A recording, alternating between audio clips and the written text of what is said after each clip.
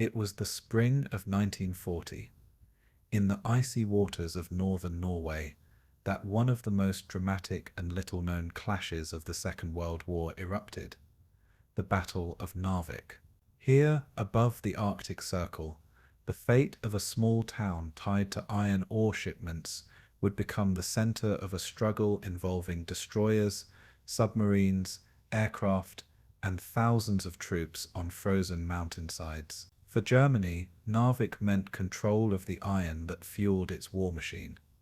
For Britain and its allies, it was a chance to cut off Hitler's vital supply lines and strike a blow at the heart of his ambitions. In a series of fierce naval battles fought in narrow fjords, British and German destroyers clashed at close range, exchanging fire so intense that ships were left burning, crippled, or sinking in the frigid depths. Torpedoes streaked through black waters, men leapt into the freezing sea to survive, and the mountains echoed with the thunder of naval guns. Yet this was not only a battle at sea, it was also a fight on land, as German troops supported by paratroopers and mountain units dug into the snow-covered terrain, while British, French, Polish, and Norwegian soldiers fought desperately to drive them out. Narvik became a brutal test of endurance, where cold, hunger, and exhaustion claimed almost as many lives as bullets and shells.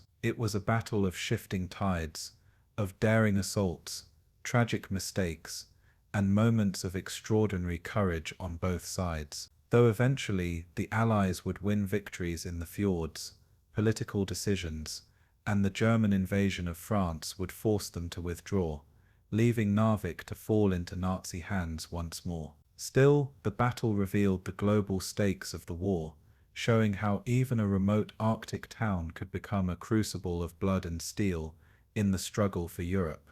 Tonight, we will dive deep into the entire history of the Battle of Narvik, exploring every detail, from the opening naval duels in April, to the land battles in the mountains, to the final withdrawal that shaped the course of the war in Scandinavia. And before we begin, I want to ask you, where in the world are you tuning in from? And what time is it right now, as you join me to uncover the story of Narvik, the Arctic naval battle of World War II? The story of Narvik begins far from the thunder of naval guns or the bitter cries of mountain soldiers. It begins in the iron mines of northern Sweden, deep in the wilderness of Lapland. Rich seams of high-grade iron ore were extracted with relentless precision, feeding the industrial furnaces of Europe.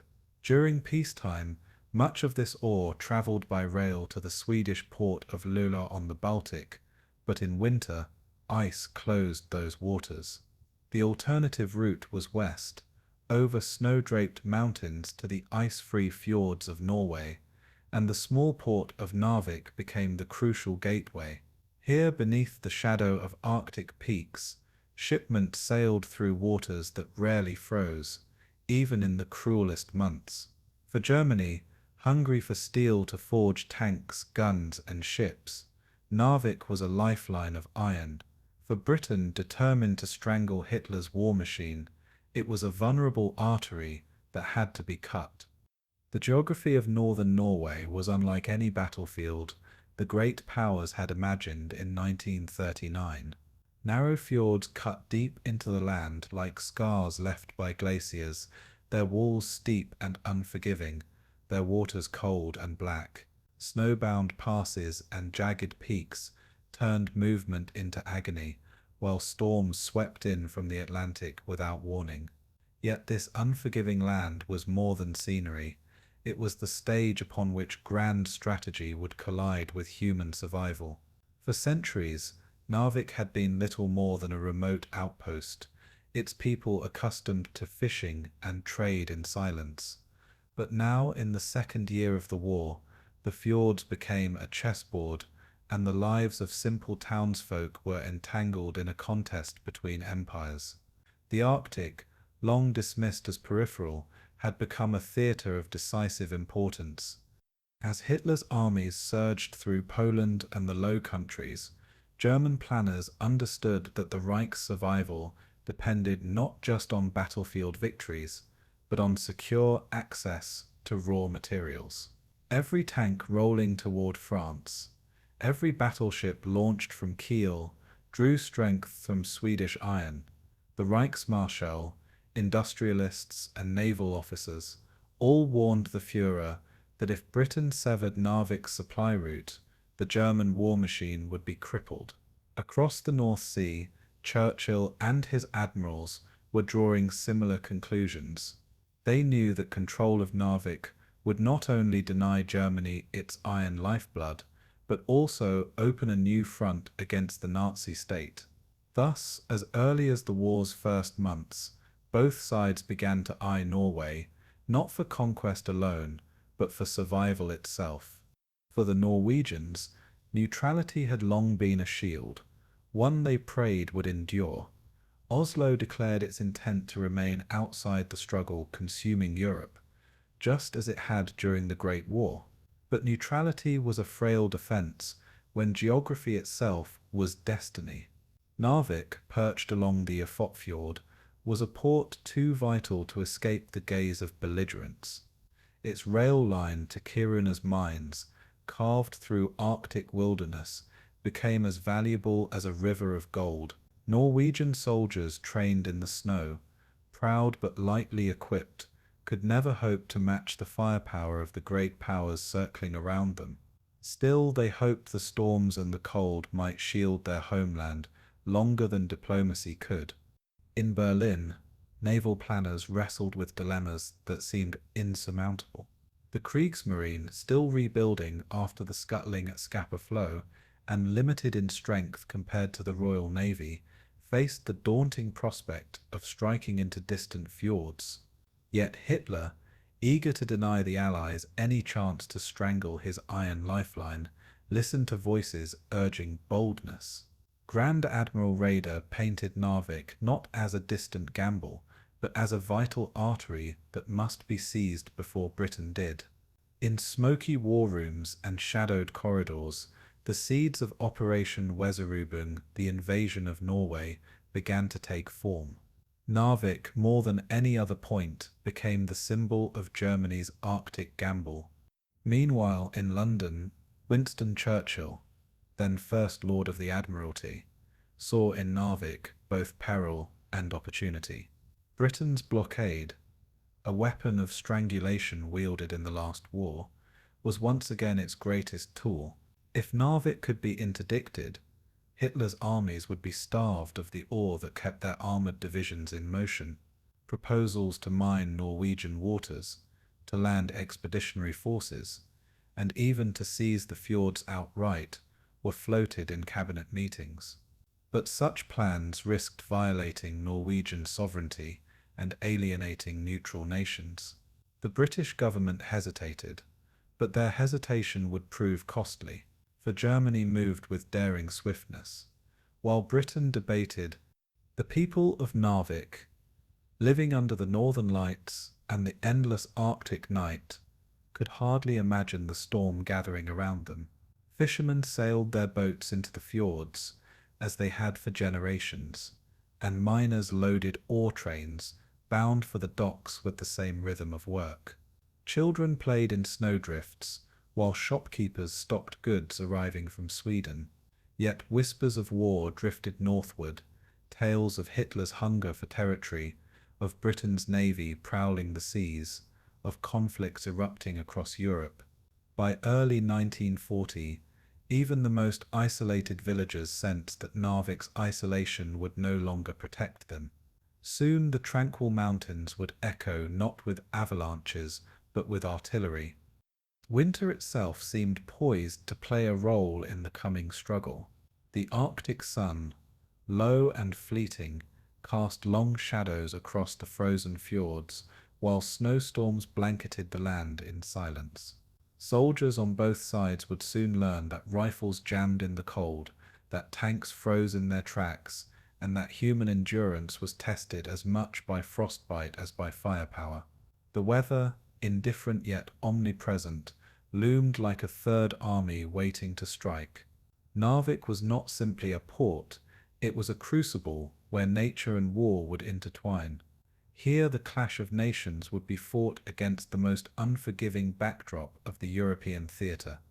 Thus, on the eve of the Battle of Narvik, the world stood at a crossroads of geography and destiny. For Germany, the town was the gateway to steel, to weapons, to survival. For Britain, it was the chance to strike a crippling blow against the Reich.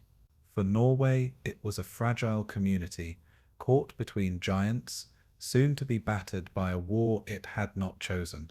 And for the world, Narvik would become a name forever linked with daring naval battles, mountain combat, and the harsh realities of Arctic war.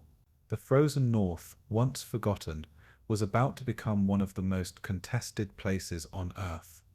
In the winter of 1939-40, the icy north became the stage of a hidden contest between two powers who understood that control of Scandinavia meant control of a war's lifeline. For Germany, Norway was not merely a neighbour, it was the shield of the Reich's northern flank, and the artery through which iron ore flowed. For Britain and France, Norway was a potential dagger, a way to choke Germany's industry while opening a new front in Europe. Both sides recognized that neutrality could not endure in such a vital corridor, and both prepared to seize what geography had denied them.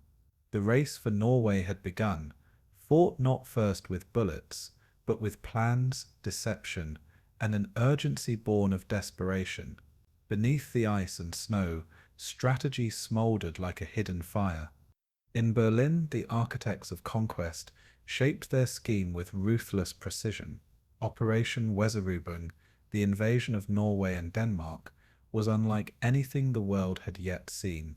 It was a bold gamble, combining land, sea, and air in a synchronized strike, designed to overwhelm before resistance could form. 6 German divisions were earmarked, supported by warships and paratroopers, tasked to seize key cities from Oslo to Narvik in one lightning blow. Hitler insisted that Norway must be taken before the Allies made their move, fearing that British mines in Norwegian waters would sever his supply of iron ore. Every fjord, every port, every mountain pass was studied, as German officers weighed the risks of stretching their navy against the might of the Royal Navy. The fate of Narvik, though far in the north, became the centerpiece of the plan. In London, debates raged across polished oak tables in smoky rooms of Whitehall. Winston Churchill, restless and fiery as First Lord of the Admiralty, pressed for bold action. He argued that Britain must strike first, mining Norwegian waters and landing troops to seize Narvik and other ports before the Germans arrived. But hesitation haunted the Allies, bound by a fear of violating Norwegian neutrality and alienating Sweden. French leaders, too, voiced their own ambitions, hoping to strike at German resources while spreading their influence in Scandinavia. While the Allies delayed, committees argued, and memoranda piled high, their German counterparts prepared to act with ruthless efficiency. The race was not just for territory, it was for initiative, for the chance to dictate the war's tempo.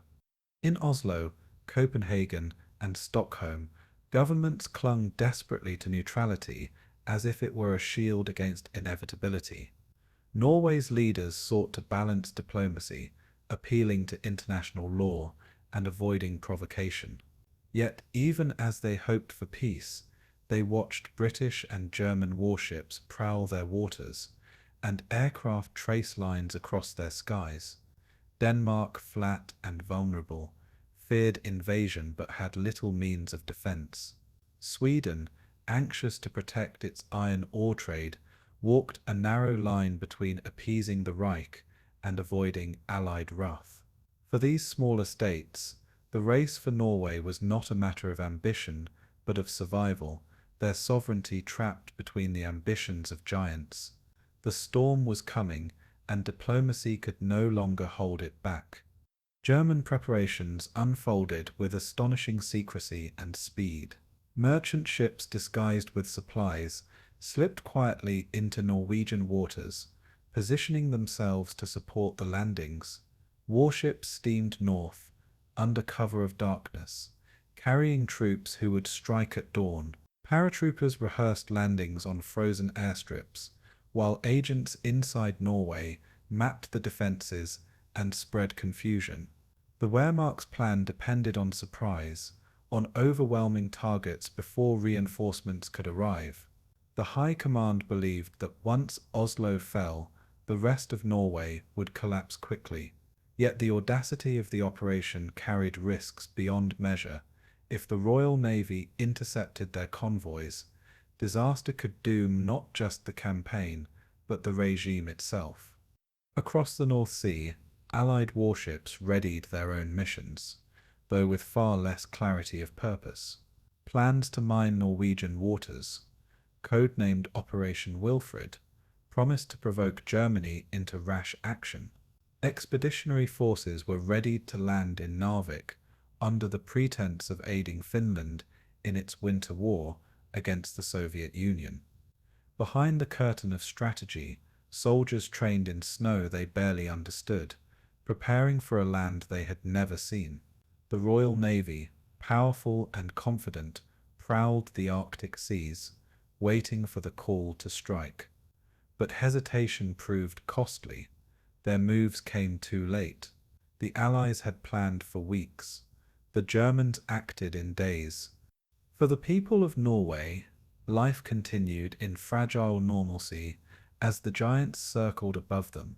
In Narvik, miners still loaded ore onto trains, merchants stocked goods, and fishermen braved the fjords. Yet rumors spread quickly through villages and towns. British ships sighted offshore, German agents whispering in cafes, the skies restless with the roar of distant engines. Ordinary Norwegians sensed that their fragile neutrality was unraveling, but few could imagine the speed with which war would arrive. When it came, it would come like a hammer blow, with little warning and no mercy. For the Arctic, there would be no gentle transition from peace to war, only sudden violence. The race for Norway was more than a clash of armies. It was a collision of ambitions shaped by geography and desperation. For Hitler, Norway meant steel, control of the northern seas, and a shield against Allied power. For Churchill, it meant a chance to strike a decisive blow against the Reich while bolstering British morale after months of inaction. For Norway itself, it meant the end of sovereignty, a descent into occupation, and a transformation from a quiet nation on Europe's fringe into a battlefield of global significance. The stage was set, the plans laid, and the die was about to be cast. In the frozen north, the contest for Norway was no longer a question of if, but when. The port of Narvik was unlike any battlefield Europe had ever seen, a city nestled in the jagged embrace of the Arctic Circle, surrounded by towering mountains and carved by deep fjords. It lay in a landscape that seemed both beautiful and unforgiving. The harbour itself was ice-free year-round, thanks to the warming currents of the Gulf Stream, making it one of the few northern ports capable of handling heavy shipping in winter. This single feature gave Narvik strategic significance far beyond its size, transforming it into a vital artery for Swedish iron ore bound for Germany. The fjords, long and narrow like natural fortresses, promised defenders both concealment and choke points. Yet the same fjords that protected could also trap, turning ships into easy targets if caught within their walls. To reach Narvik was no simple task, for geography placed it at the end of a labyrinth of mountains, valleys, and waters that resisted invasion. The town clung to the edge of Oslofjord, a deep channel stretching inland from the sea like a claw. Sheer cliffs rose abruptly from the fjord, cutting roads into precarious ledges where a single landslide or bombardment could halt movement entirely. Snow lay thick across the ground for most of the year, and in winter the sun barely rose above the horizon, leaving days in a perpetual twilight. The darkness, combined with freezing temperatures, tested men as much as any enemy could. To fight here was to battle both nature and the foe, with the terrain shaping every strategy and every decision. Above Narvik loomed mountains that dominated the horizon, their peaks jagged like broken teeth. These heights, capped with snow, overlooked every road and every approach, making ambushes inevitable. For soldiers, advancing meant clambering up icy slopes under fire, while retreat meant descending paths that could collapse beneath their boots. The mountains provided natural barriers, slowing the pace of war and favoring defenders who knew the terrain. Yet they also isolated units, cutting them off from reinforcements and supplies. In this land, a company of men could vanish into a valley, lost to fog and snow, only to re-emerge days later as if appearing from another world. The scale of the mountains humbled even the most powerful armies. The climate of Narvik was a weapon unto itself, unpredictable and merciless. In winter, temperatures plunged to levels that froze rifles, engines, and the breath of soldiers in mid-air. Blizzard winds swept across the fjords, blinding entire divisions in curtains of white that erased the line between sky and earth. Spring brought no relief, only avalanches tumbling down slopes and rivers swollen with ice melt. The midnight sun of summer, with its ceaseless daylight, made concealment impossible, denying soldiers the cloak of night. Each season changed the rules of battle, forcing commanders to adapt in ways they never faced elsewhere in Europe. Nature here was not a backdrop. It was an active and often hostile participant. The fjords themselves posed both opportunity and peril. For the German Navy, they offered safe anchorages to hide their destroyers, sheltered from the open sea by towering cliffs. For the Allies, they promised narrow channels where ambushes could devastate enemy ships. But the fjords also trapped vessels once fighting began, their long corridors leaving no room to maneuver and no escape from concentrated fire. Torpedoes launched in such confined waters struck with brutal accuracy, while aircraft found it easy to strike ships penned against the walls of rock. The fjords became both shield and prison, a paradox that commanders on both sides had to calculate with every move. Control of these waters meant control of Narvik itself. The rail line from Sweden to Narvik, threading through mountains and tunnels, carried more weight in the war than its fragile tracks suggested. Each day, trains loaded with Swedish iron ore arrived, their cargo destined for German factories that built tanks, guns, and planes.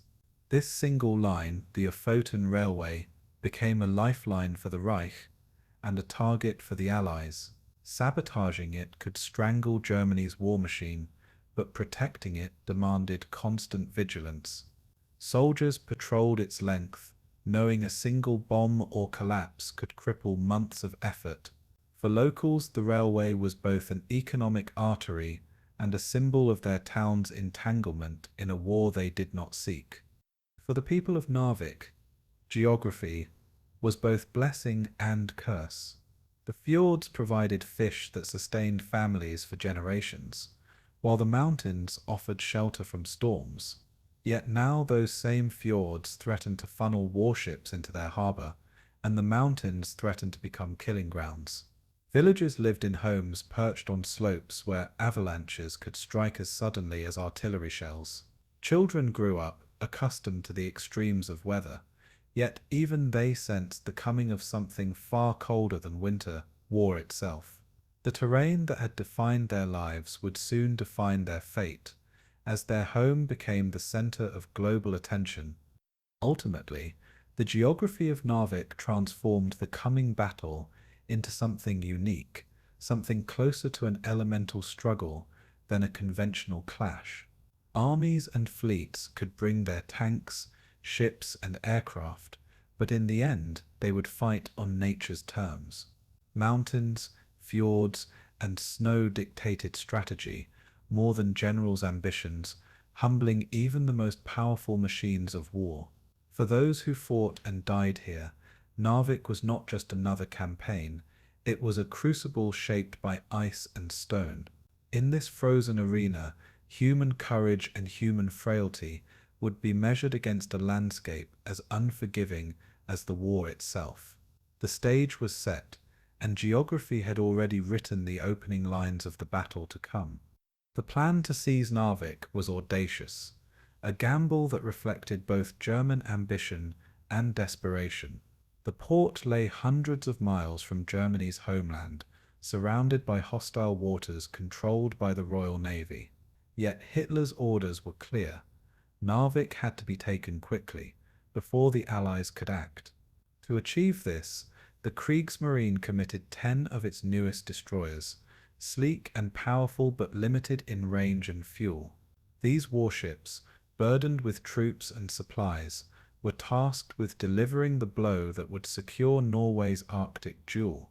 In their bellies, elite mountain troops waited, men trained for the harshest environments, chosen to spearhead the assault in the frozen north. Command of the land operation fell to General Eduard Dietel, a Bavarian officer with the charisma of a frontline leader. Dietel's men, drawn from the elite Gebirgsjäger, Germany's mountain troops, were hardened climbers accustomed to the Alps but untested in the Arctic. They carried skis, ropes, and specialized gear, prepared to fight in terrain where tanks and trucks could not go. Their orders were precise: land at Narvik, seize the port, and hold it until reinforcements could arrive by sea or air. Yet beneath the boldness of the plan lay a chilling reality. Once ashore, they would be isolated, cut off from the main body of the Wehrmacht. Their survival depended on the sea lanes dominated by Britain's fleet. For the Kriegsmarine, Narvik represented both an opportunity and a nightmare. The destroyer flotillas carried over 2,000 troops, their decks crammed with equipment, ammunition, and supplies for the invasion. Yet these ships, though modern, were designed for coastal operations, not extended campaigns in the Arctic. They had limited fuel, their range stretched dangerously thin by the long journey north. Each commander knew that once they reached Narvik, refueling would depend on capturing Norwegian facilities. Worse still, there was no plan for immediate resupply. The Kriegsmarine simply did not have the ships to sustain a distant bridgehead. Success at Narvik would depend not on overwhelming numbers, but on daring and speed. The risk of the operation was understood by all, but Hitler pressed forward, driven by obsession with cutting Britain off from Swedish iron ore. Narvik was the artery, and he was determined to seize it, even if the gamble left his navy vulnerable. Grand Admiral Raeder, commander of the Kriegsmarine, had voiced his concerns, warning that Germany's small surface fleet could be annihilated by the Royal Navy in Norwegian waters. But the Führer dismissed such fears, convinced that surprise and speed would win the day. For the sailors aboard the destroyers, this meant sailing into a storm with no guarantee of return. Each man knew the odds, but obedience and discipline carried them forward. The destroyers steamed toward Narvik in the pre-dawn Arctic gloom, their hulls cutting silently through icy waters. Inside the holds, mountain troops huddled against the cold, their rifles stacked beside them, skis lashed in bundles. Many had never seen the Arctic before, and they gazed at the jagged fjords with a mix of awe and unease. Officers whispered final instructions, maps spread under the dim glow of lanterns, knowing full well that one mistake could spell disaster. Every soldier sensed that this mission was different from the lightning advances in Poland or France. Here in the far north, isolation loomed like a shadow. Capture meant survival, failure meant annihilation. Narvik's geography amplified the risks.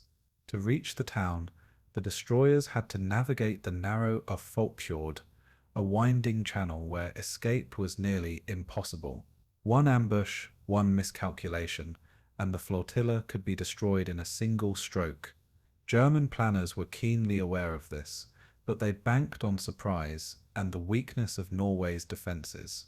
Intelligence suggested that Narvik was lightly garrisoned, defended only by a small Norwegian force and coastal artillery.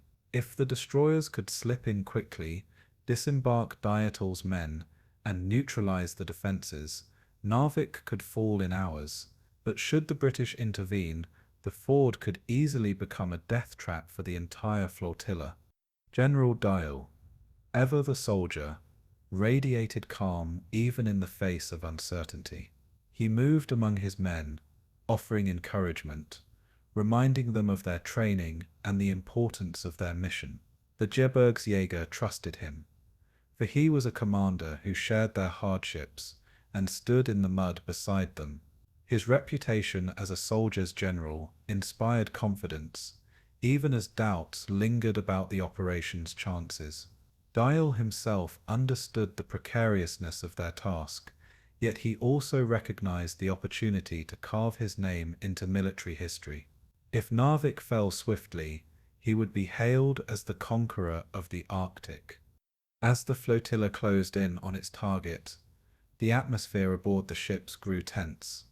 Every man, from sailor to mountain infantryman, knew they were about to attempt one of the most daring amphibious operations of the war's early years. The silence of the fjord, broken only by the churn of propellers, felt almost oppressive, as though the mountains themselves were watching. Ahead lay a small port town that would soon become the center of international attention. The German invasion forces, forged from destroyers and mountain troops, were about to write the opening chapter in the Battle of Narvik. In the frozen stillness of Norway's far north, history prepared to ignite. The German landings at Narvik sent shock waves across the Allied High Command, forcing Britain, France, and Norway to react with urgency. Within hours, the Admiralty in London issued orders to the Royal Navy to intercept German warships in the fjords. The battleships and cruisers stationed at Scarpa Flow were placed on immediate alert, their crews scrambling to prepare for Arctic waters. Britain knew the stakes. If Narvik fell uncontested, German control of iron ore shipments from Sweden would be secured for the Reich. For Winston Churchill, then First Lord of the Admiralty, this was not simply a matter of geography, but of survival in a resource-driven war.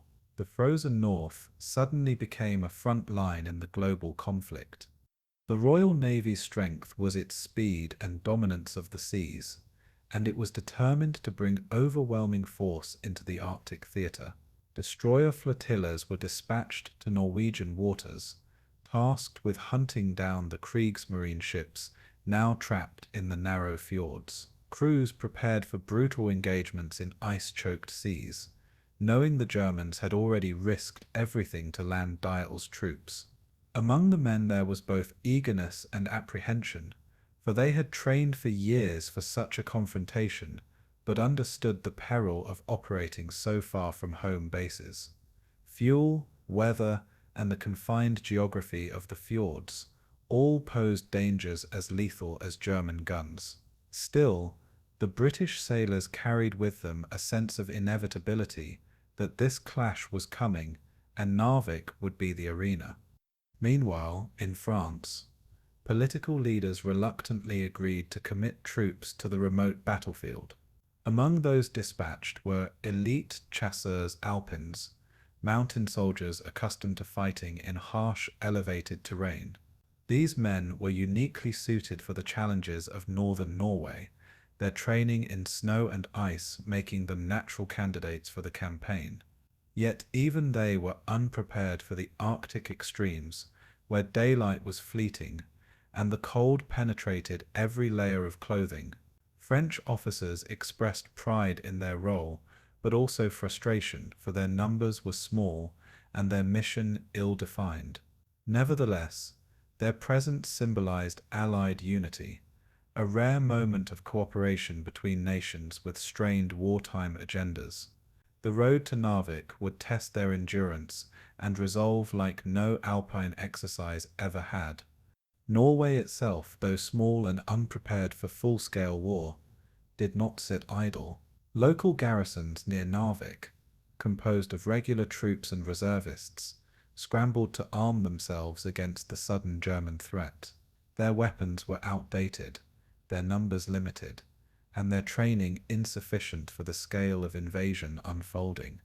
Yet these soldiers, fighting on home soil, carried a determination born of necessity. Many were fishermen and farmers only recently called up, thrust into a conflict far beyond anything they had imagined.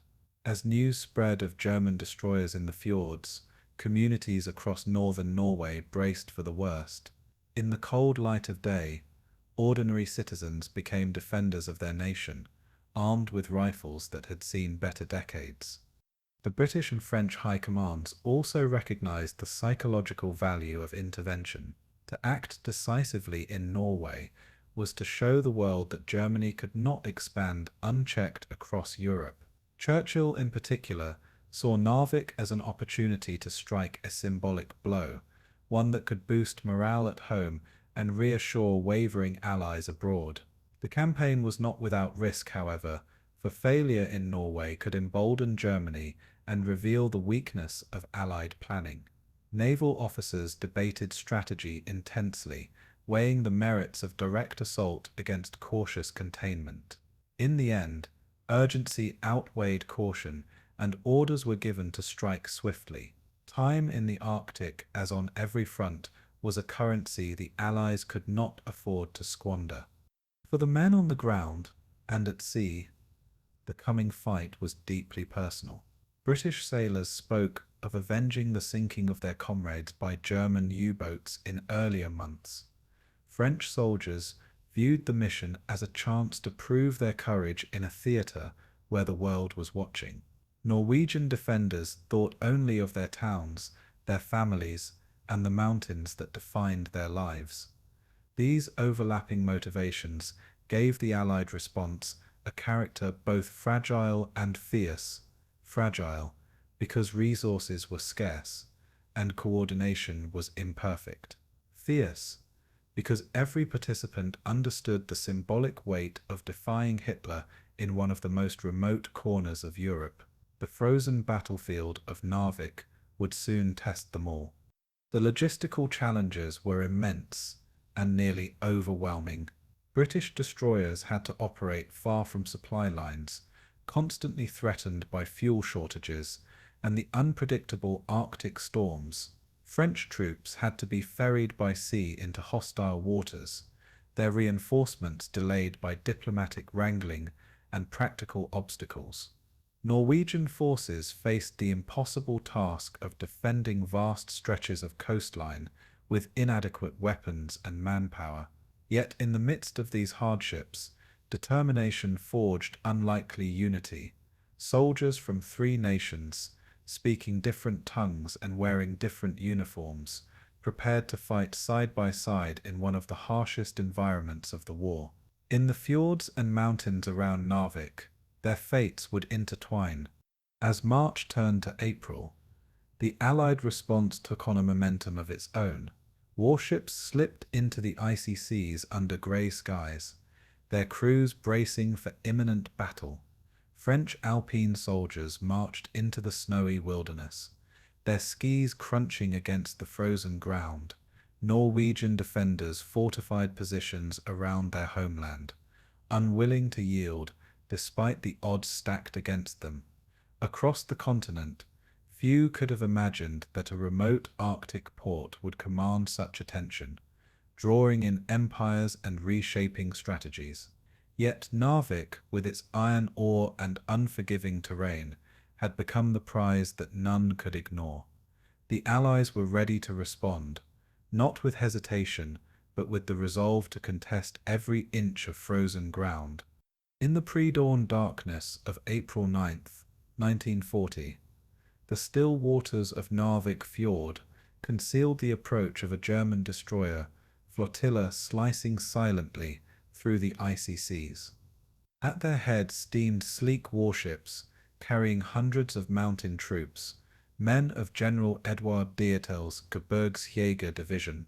They had been crammed into steel hulls for days, seasick and cold, their orders clear yet daunting: seize Narvik, secure the iron ore routes, and hold the town at any cost. The German plan was bold and risky, for these destroyers were far from home, deep inside enemy waters with no guarantee of relief. As the ships crept closer to Narvik's harbour, the lights of the small Arctic town glimmered faintly through the snow-laden night. The fate of Norway's northern lifeline now hung in the balance. The first shots of the landing shattered the stillness of the fjord, catching the Norwegian garrison completely off guard. Narvik's defenders, numbering only a few hundred men with outdated rifles and limited ammunition, were spread thin across the town and its approaches. German sailors opened fire with naval guns, their thunderous blasts echoing across the mountains and reverberating in the icy air. Within minutes, confusion gripped the Norwegians as shells rained down on their positions, destroying communications lines and silencing key defensive posts. German assault parties swarmed ashore, storming warehouses, rail depots, and government buildings. The element of surprise was complete, and the defenders, though brave, could not withstand the concentrated assault. By sunrise, Narvik was effectively in German hands. General Dietel's troops wasted no time consolidating their grip on the town. Mountain soldiers fanned out through the snow-covered streets, rounding up prisoners and occupying strategic locations. The German command knew the operation's success depended on speed, for British and Norwegian reinforcements could arrive at any moment. Local officials were arrested, their offices commandeered by the invaders. German flags were unfurled over key buildings, a brazen declaration that Narvik now belonged to the Reich. For the townspeople, the sight was surreal: armed foreign soldiers in grey-green uniforms patrolling familiar streets, barking orders in a language many had never heard before. The occupation had arrived suddenly and violently, and the shock lingered in every corner of the Arctic town. Norwegian resistance, though scattered and under-equipped, attempted to rally. Small groups of defenders tried to hold out in isolated pockets, firing from windows and rooftops against overwhelming odds. Their courage was undeniable, but the imbalance of firepower was crushing. German troops carried modern automatic weapons, grenades, and explosives, while their naval artillery provided devastating support from the fjord. Within hours, Norwegian positions crumbled one after another, leaving little chance for coordinated defense. Civilians watched helplessly as their soldiers were overwhelmed, their efforts swallowed by the sheer scale of the German assault.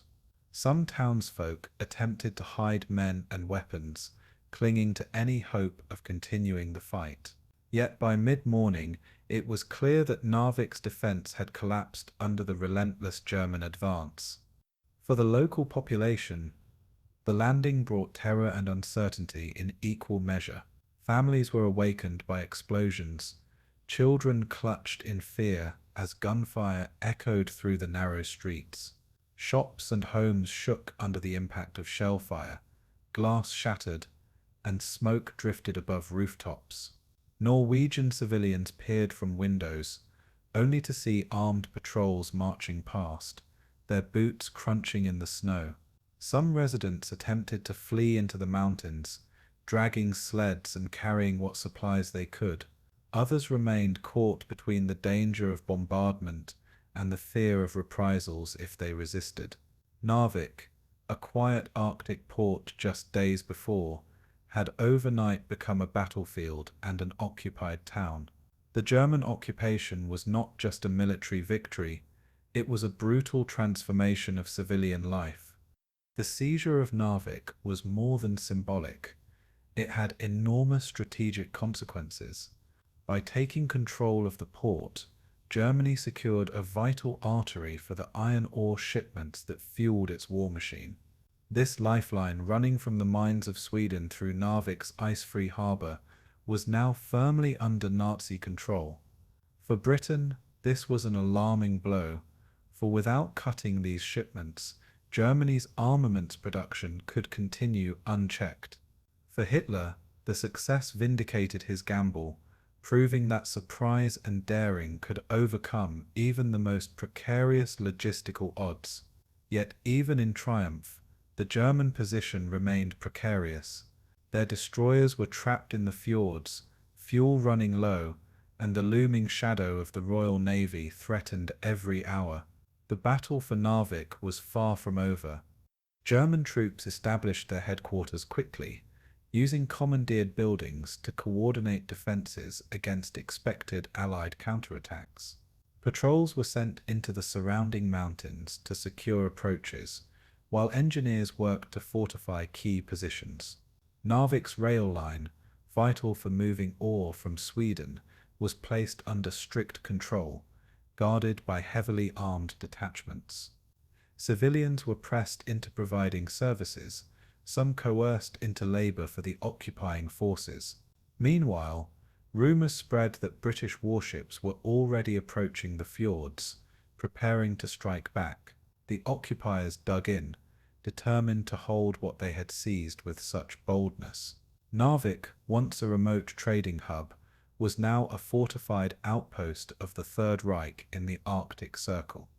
For the German soldiers, the operation had been both exhilarating and terrifying. Many marveled at the beauty of the snow-covered mountains, the fjords' frozen waters glistening under the pale Arctic sun. Yet they knew the danger was far from past, and their isolation weighed heavily on their minds. Each man understood that retreat was impossible.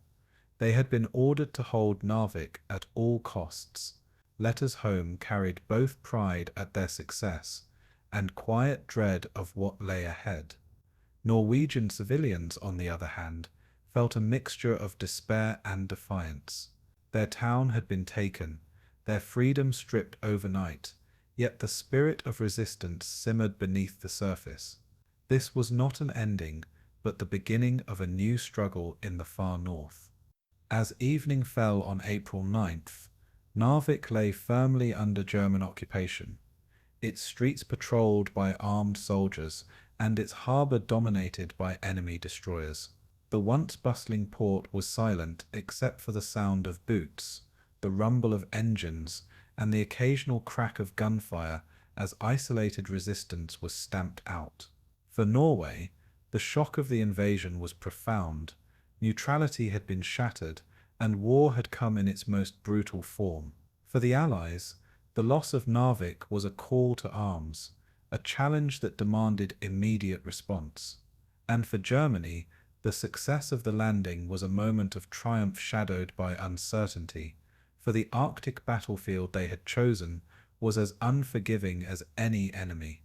The Battle of Narvik had begun in fire and surprise, but its outcome remained unwritten. In the grey dawn of April 10th, 1940, the fjords of Narvik concealed two fleets on a collision course. Deep inside the icy inlets, German destroyers lay at anchor, their fuel nearly gone after the daring seizure of the port. Their crews were exhausted, their decks crowded with mountain troops who had been ferried ashore under constant tension. Unbeknownst to them, across the fjord's outer waters, a British flotilla of 5 destroyers under Captain Bernard Warburton Lee was steaming silently toward Narvik. These ships, forged in the traditions of the Royal Navy, carried not only torpedoes and shells, but also the urgency of a nation determined to strike back. The stillness of the Arctic morning was about to be shattered by the thunder of naval guns. Warburton Lee had been given orders to disrupt German operations and, if possible, destroy the enemy's warships before they could consolidate control of Narvik. His task force slipped into the ford under a cloak of snow flurries and mist, their crews tense and silent as the black mountains loomed above them. The element of surprise was on their side, but the risks were immense: narrow waters, hidden shoals, and the knowledge that one miscalculation could trap them against the cliffs. On board the destroyer HMS Hardy, Warburton Lee stood resolute, his eyes fixed on the dark silhouettes ahead. He knew that fortune favored boldness, and that morning he was prepared to gamble everything. The attack on Narvik was about to begin. The opening salvos came as a thunderous shock to the German flotilla. British destroyers emerged from the mist and unleashed a sudden barrage of shells and torpedoes at point-blank range. Anchored and unprepared, several German ships took devastating hits in the first minutes of the battle. Explosions ripped through decks, sending flames and smoke rising into the Arctic sky. Sailors scrambled for cover, some manning anti-aircraft guns in desperation, others leaping into freezing waters to escape the inferno. The fjord, moments before silent, became a cauldron of chaos, its waters churned by explosions and twisted steel. German officers shouted commands amid the din, trying to bring their ships to life, but the British attack had struck with merciless precision. The confined geography of the fjord turned the clash into a brutal, close-quarters duel. British destroyers, fast and maneuverable, darted between enemy anchors, firing salvo after salvo into their stunned opponents.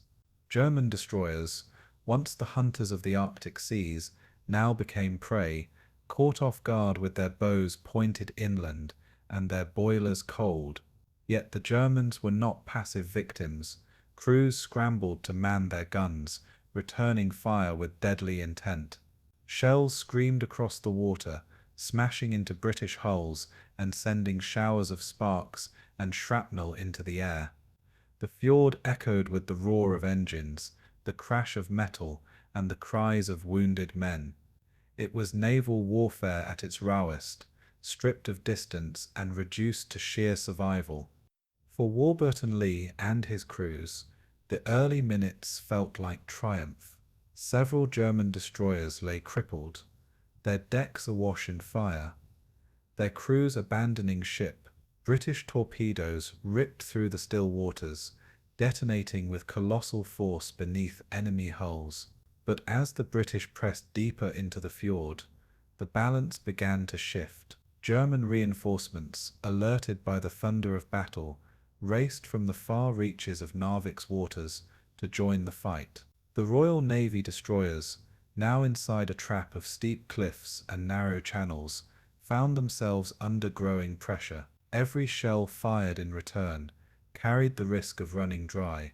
Every maneuver carried the risk of grounding. The advantage of surprise was beginning to fade. On shore, the people of Narvik watched in awe and terror as the battle raged around them. From windows and ridgelines, civilians saw ships ablaze, the fjord lit by flashes of gunfire like lightning in a storm. Smoke drifted across the town, mingling with the falling snow, as the clash unfolded in full view of frightened residents. For some, the sight of British warships brought a fleeting hope that liberation might come swiftly.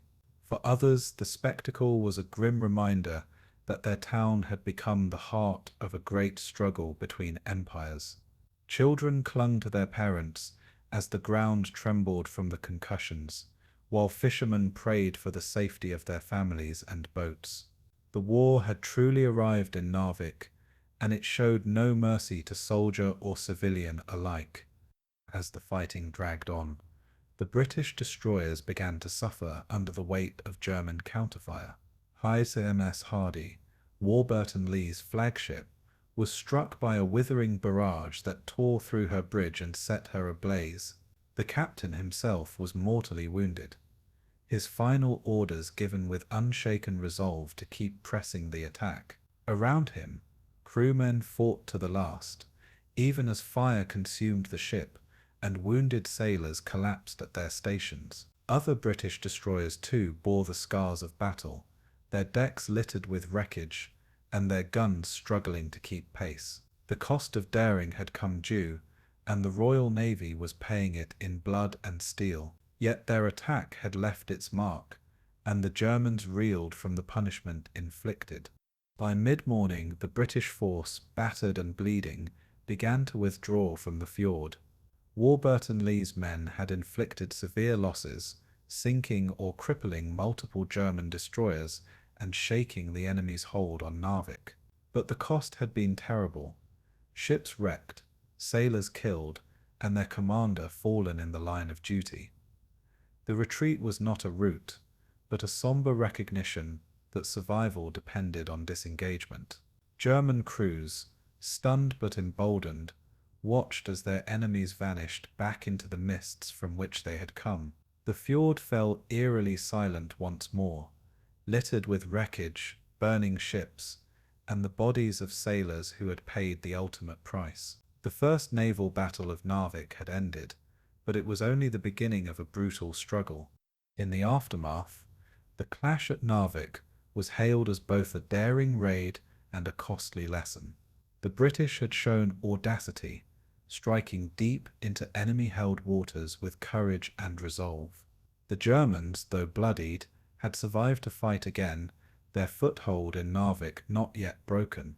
For the Allies, Warburton Lee's sacrifice became a rallying cry, his valor posthumously honored as an example of unyielding determination. For the Germans, the battle underscored both their vulnerability and their resilience in the frozen north. And for Narvik itself, the battle was a grim prelude to weeks of fire, steel, and suffering that would transform the Arctic town into one of the most contested places of the Second World War. The war in Norway had truly ignited, and Narvik stood at its blazing center. The fjords of Narvik, beautiful and serene in peacetime, had become a crucible of destruction where ships fought not only each other, but the very environment itself. Narrow passages hemmed in by steep, snow-dusted cliffs forced warships to maneuver with deadly precision under fire. A single mistake could ground a vessel on rocks, leaving it a burning hulk under enemy guns. Torpedoes raced through confined waters, their wakes slicing across the fjord like streaks of silver death. The confined geography magnified the terror, as shells ricocheted from rock walls and explosions echoed like thunder rolling across the Arctic sky. For both German and British sailors, Narvik was no longer just a battlefield, it was a trap with no easy way out. German destroyers, already battered from the first clash, fought desperately to hold their ground inside the fjords. Many had little fuel remaining, their tanks nearly dry from the long voyage north, leaving them unable to maneuver freely. Ammunition stocks, too, were dwindling, forcing captains to ration shells even as the British pressed their attacks. Still, the German crews clung to their positions with tenacity, using the fjords themselves as cover for ambushes. From behind rocky promontories, they loosed torpedoes at close range, hoping the confined waters would multiply their lethality. Yet in such narrow channels, those same torpedoes posed danger to friend as well as foe, sometimes weaving back toward the very ships that launched them. The fjords were as treacherous to the Germans as to their enemies.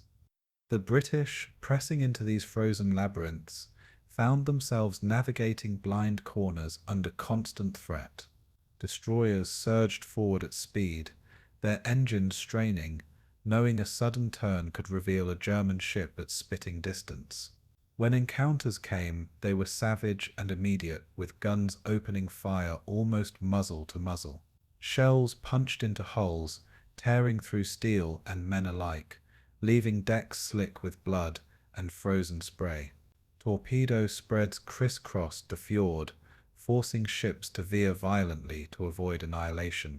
In the chaos, precision gave way to instinct, with sailors firing point-blank in duels that lasted mere seconds. The confined battlefield turned the naval clash into a series of brutal ambushes and desperate counterstrikes. Amid the storm, Grounding became as deadly as enemy fire. With fjord walls closing in, ships sometimes scraped against hidden rocks or ran aground in their evasive maneuvers. A destroyer, crippled by shells, could slide helplessly onto a reef, its crew forced to abandon ship under merciless bombardment. Fires lit the icy waters, spreading across the oil-slicked surface as wrecks smoldered at odd angles against the cliffs. For the men trapped below decks, icy water and rising smoke sealed their fates in silence. Sailors who escaped into lifeboats or plunged into the freezing sea faced death by hypothermia within minutes. The fjord itself, indifferent to the war, claimed nearly as many lives as enemy gunfire. Civilians in Narvik and the surrounding villages bore witness to this chaos from their windows and ridgelines. They saw burning ships stagger and die in the fjords, their explosions shaking homes and rattling nerves. Norwegian fishermen, trapped in the same waters, were forced to dodge shells and wreckage while trying to save drowning sailors. Children clutched their mothers as fires lit up the night sky, painting the Arctic darkness with hues of orange and red. For locals, the fjords, once a lifeline of trade and fishing, were transformed into a graveyard of steel. The roar of gunfire, the crash of torpedoes, and the screams of the wounded became the soundtrack of a town caught unwillingly in the jaws of global war. Life in Narvik was forever changed by the chaos playing out in its waters. For German mountain troops landed in Narvik, the naval inferno unfolding offshore was both terrifying and isolating. They had marched through the snow to secure positions in the town, only to watch their destroyers' lifelines of supply and retreat burning in the fjord below. With each explosion, they realized their isolation deepened as reinforcements and supplies became more uncertain. They could hear the gunfire echoing through the valleys, a reminder that their fate was tied to the survival of ships they could no longer protect. Soldiers huddled in cellars, their rifles useless against the naval war raging around them. They began to understand that Narvik was not just a conquest, but a trap tightening around them. The British sailors, too, felt the mounting toll of battle in the fjords. Many had believed the fight would be swift, a strike and withdrawal, but the reality was a grinding test of endurance. Each ship that entered the Narrows knew it might never return, yet the crews pressed forward with stoic determination. They fought not only the Germans but also the cold, exhaustion, and the fear of being boxed into a watery grave. Stories spread of men firing guns with frozen hands, of officers giving orders through smoke-choked bridges, of medics working knee-deep in seawater and blood. Every battle report carried the names of ships lost, and each loss deepened the gravity of the mission. The fjords consumed men and machines with ruthless indifference. By the end of the second day, the fjords of Narvik were littered with wrecks, burning hulks, and the frozen bodies of sailors from both sides. German destroyers, once a proud spearhead of the Kriegsmarine, lay crippled or sunk, their crews scattered between shore and icy water. British destroyers too had suffered grievously, some limping back to sea, others left behind in the fjord's watery tomb. The Narrows that once promised strategic advantage had proven to be a double-edged sword, amplifying destruction for attacker and defender alike. For both sides, the battle revealed the ferocity of war in the Arctic, where nature itself conspired to magnify human suffering. Narvik's fjords had become not merely a battlefield but a death trap, sealing its place in history as one of the most chaotic naval clashes of the Second World War. At dawn on April 13th, 1940, the grey Arctic waters once again stirred with the thunder of warships approaching Narvik. This time, the Royal Navy returned not with destroyers alone, but with the weight of battleships and cruisers, determined to finish the job. Leading the force was HMS Warspite, a veteran of the Great War, her massive 15-inch guns dwarfing anything the Germans could bring to bear. Behind her steamed 9 destroyers, their bows slicing through icy seas as they prepared to sweep the fjords clean. The objective was simple yet brutal: to crush the remaining German destroyers trapped at Narvik and secure the town's waters for Allied control. The presence of Warspite signaled that this was no probing raid, but a decisive strike, a show of overwhelming force. For the German destroyers still afloat, the sight of Warspite and her escorts was both awe-inspiring and terrifying.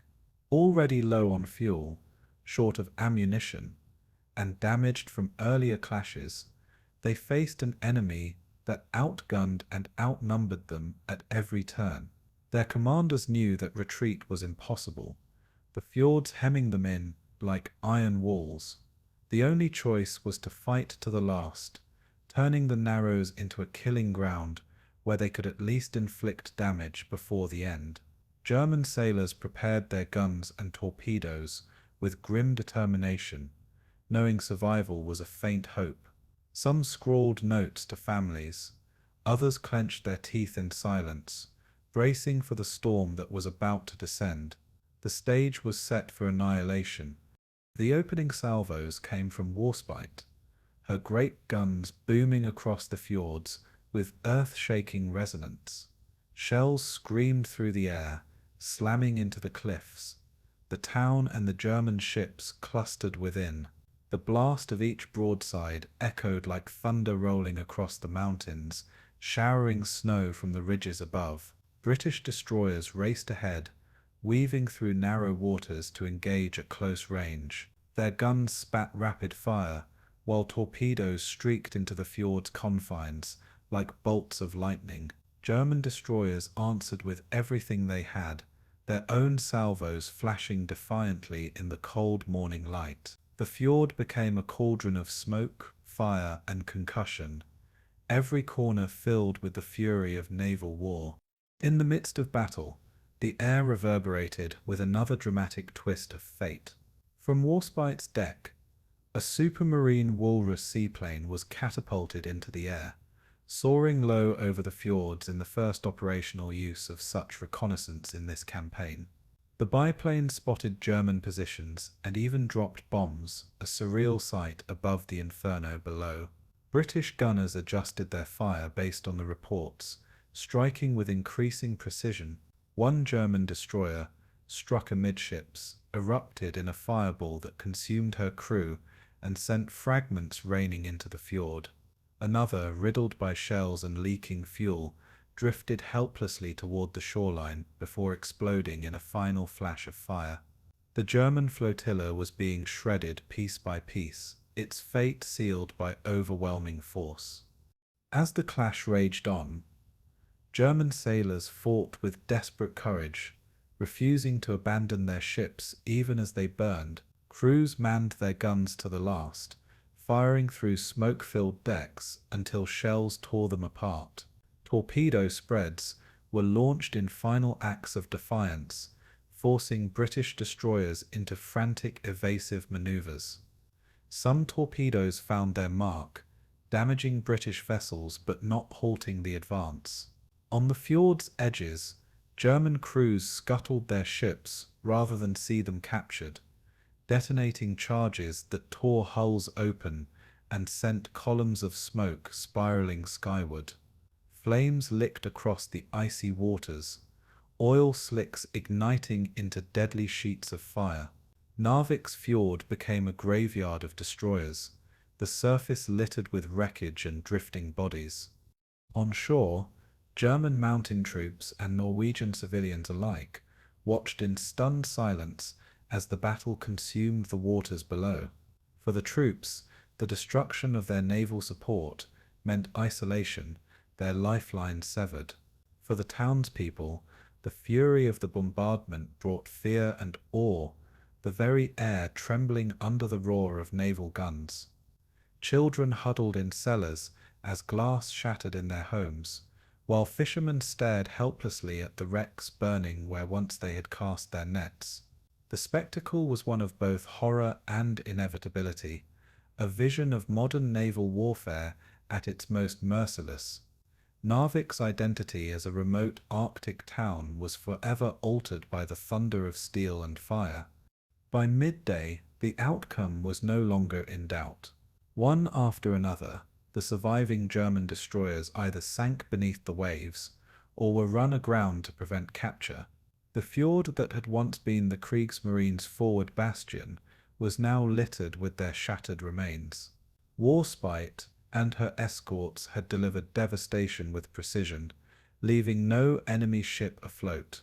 Smoke hung thick in the air, mixing with the stench of burning oil and cordite.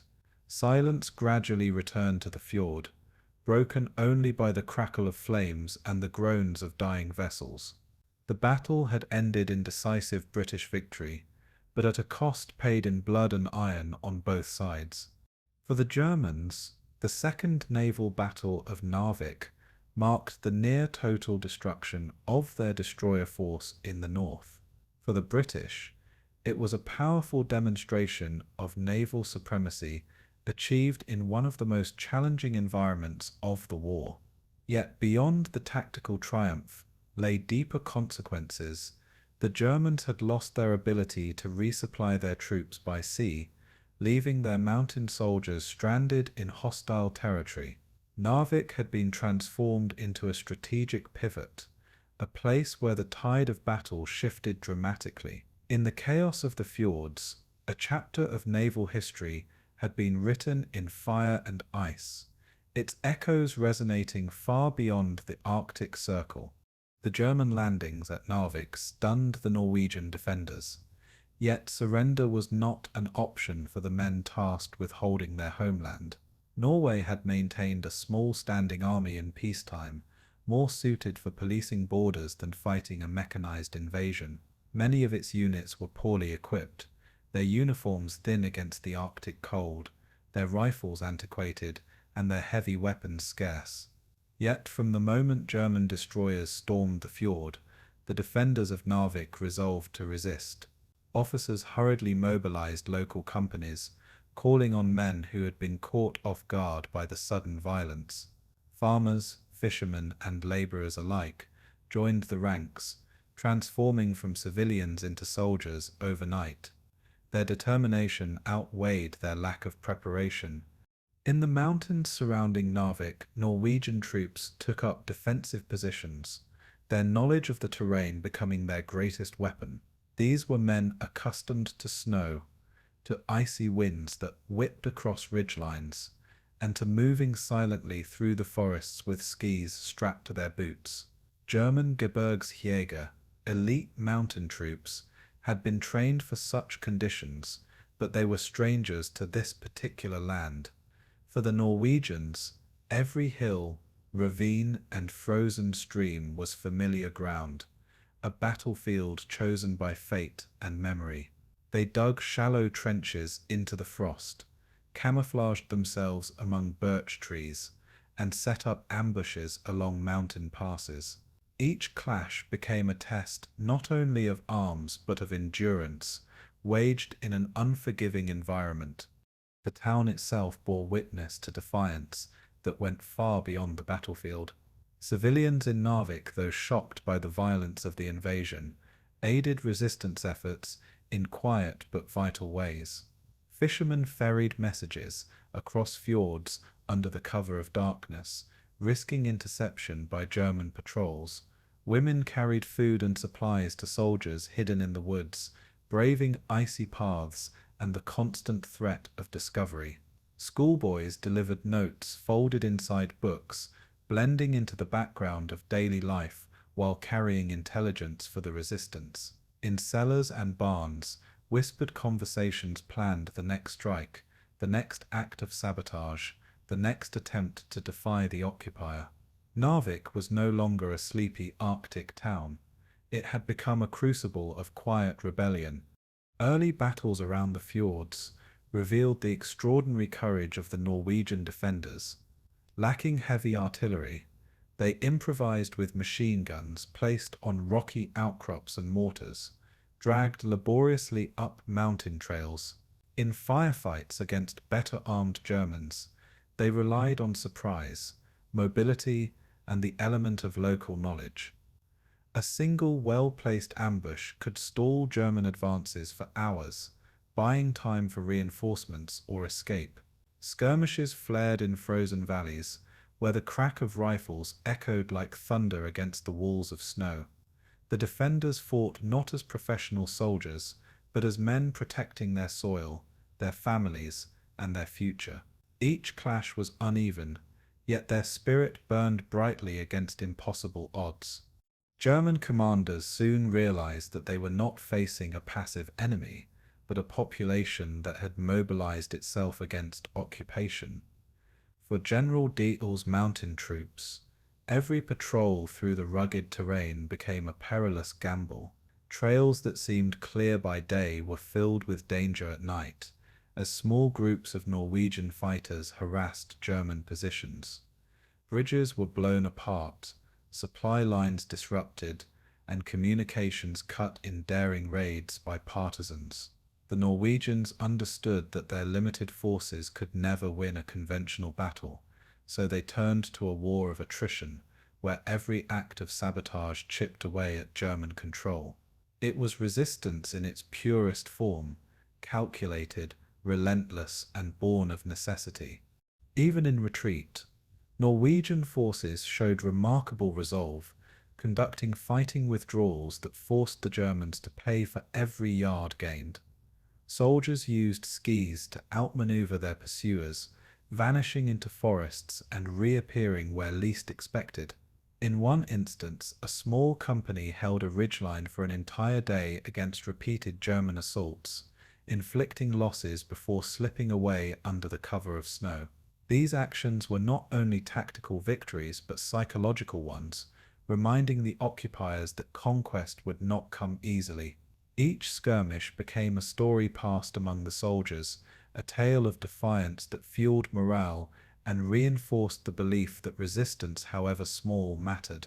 The land itself seemed to aid the defenders, its harsh climate punishing invaders unused to such conditions. The propaganda war also reached into the frozen valleys of Narvik.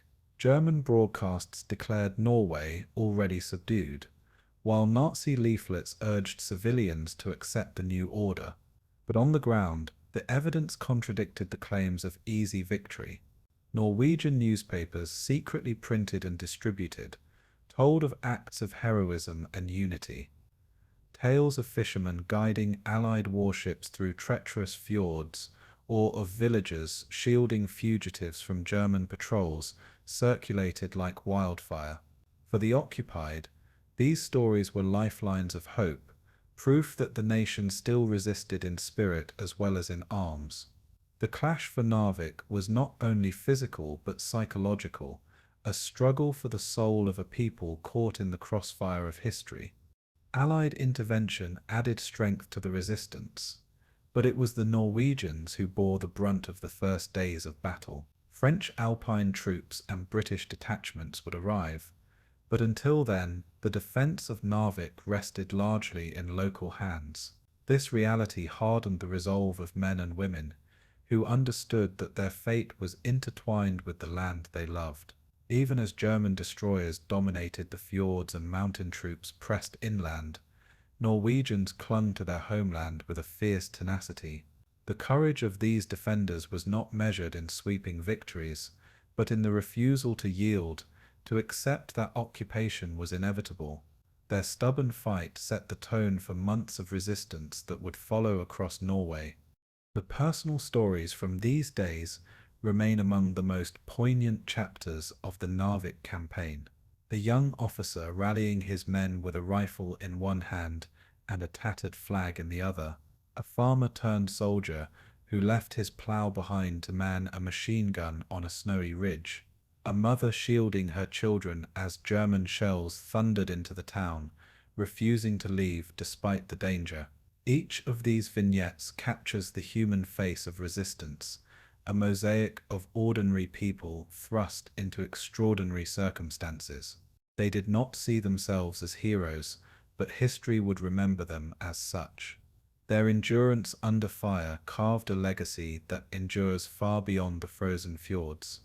In the end, the Norwegian resistance during the opening battles for Narvik was not defined by victory in the traditional sense. It was defined by defiance, by the refusal of a small and unprepared nation to bow without a fight. Against the weight of German firepower, they demonstrated that courage and unity could resist even the most formidable enemy. Their struggle inspired Allied troops, fueled the spirit of resistance across occupied Europe, and sent a message that conquest was never absolute. Narvik became more than a battle for a port. It became a symbol of stubborn resistance, etched into the annals of World War II. In the Arctic winds and snow-swept ridges, the Norwegians made their stand, and their story endures as one of the war's most remarkable displays of national resolve. The destruction of much of the Kriegsmarine's destroyer force left General Edward Dietel and his mountain troops stranded in Narvik with little hope of reinforcement from the sea. What had begun as a bold and daring strike now transformed into a battle for survival in the frozen wilderness of northern Norway. Cut off from reliable resupply, the Gebirgsjäger, Germany's elite mountain infantry, were forced to adapt swiftly to a new reality of siege warfare. Their uniforms and training prepared them for harsh conditions, but nothing could soften the blow of isolation in an Arctic landscape. For every soldier, the mission changed overnight. Hold what they had seized, fortify the high ground, and resist until relief could somehow arrive. Their fate became inseparably tied to the snow-covered ridges that surrounded Narvik. Dietl's men understood the terrain could be both ally and enemy, and they worked tirelessly to bend it to their advantage.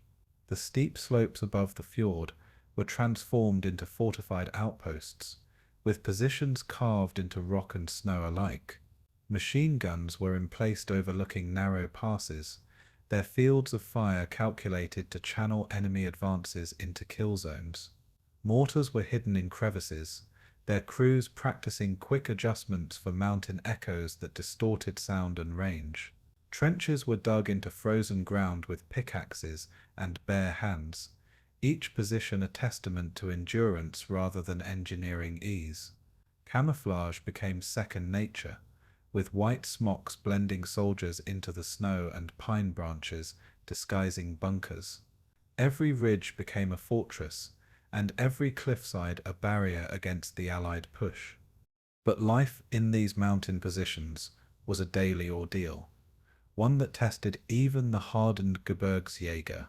Food supplies dwindled rapidly, forcing strict rationing of bread, canned meat, and whatever could be scavenged locally.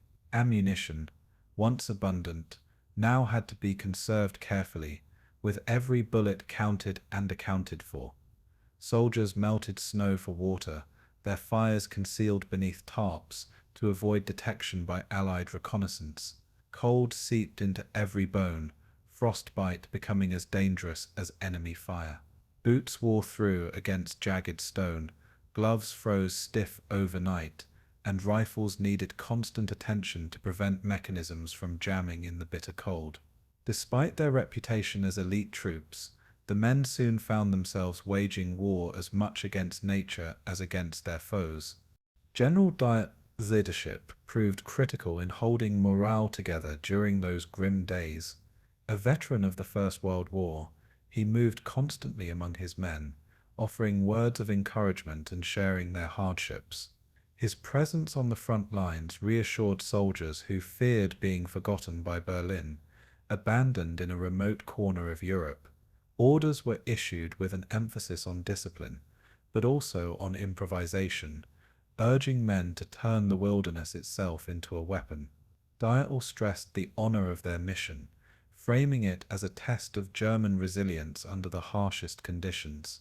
His calm demeanor under pressure transformed him into a figure of grim inspiration, a commander whose men endured in part because he embodied the spirit of endurance. The isolation of the Narvik force had another effect. It forced a rare closeness between officers and rank-and-file soldiers. In the mountains, distinctions of rank blurred as generals, captains, and privates alike struggled against hunger and the cold.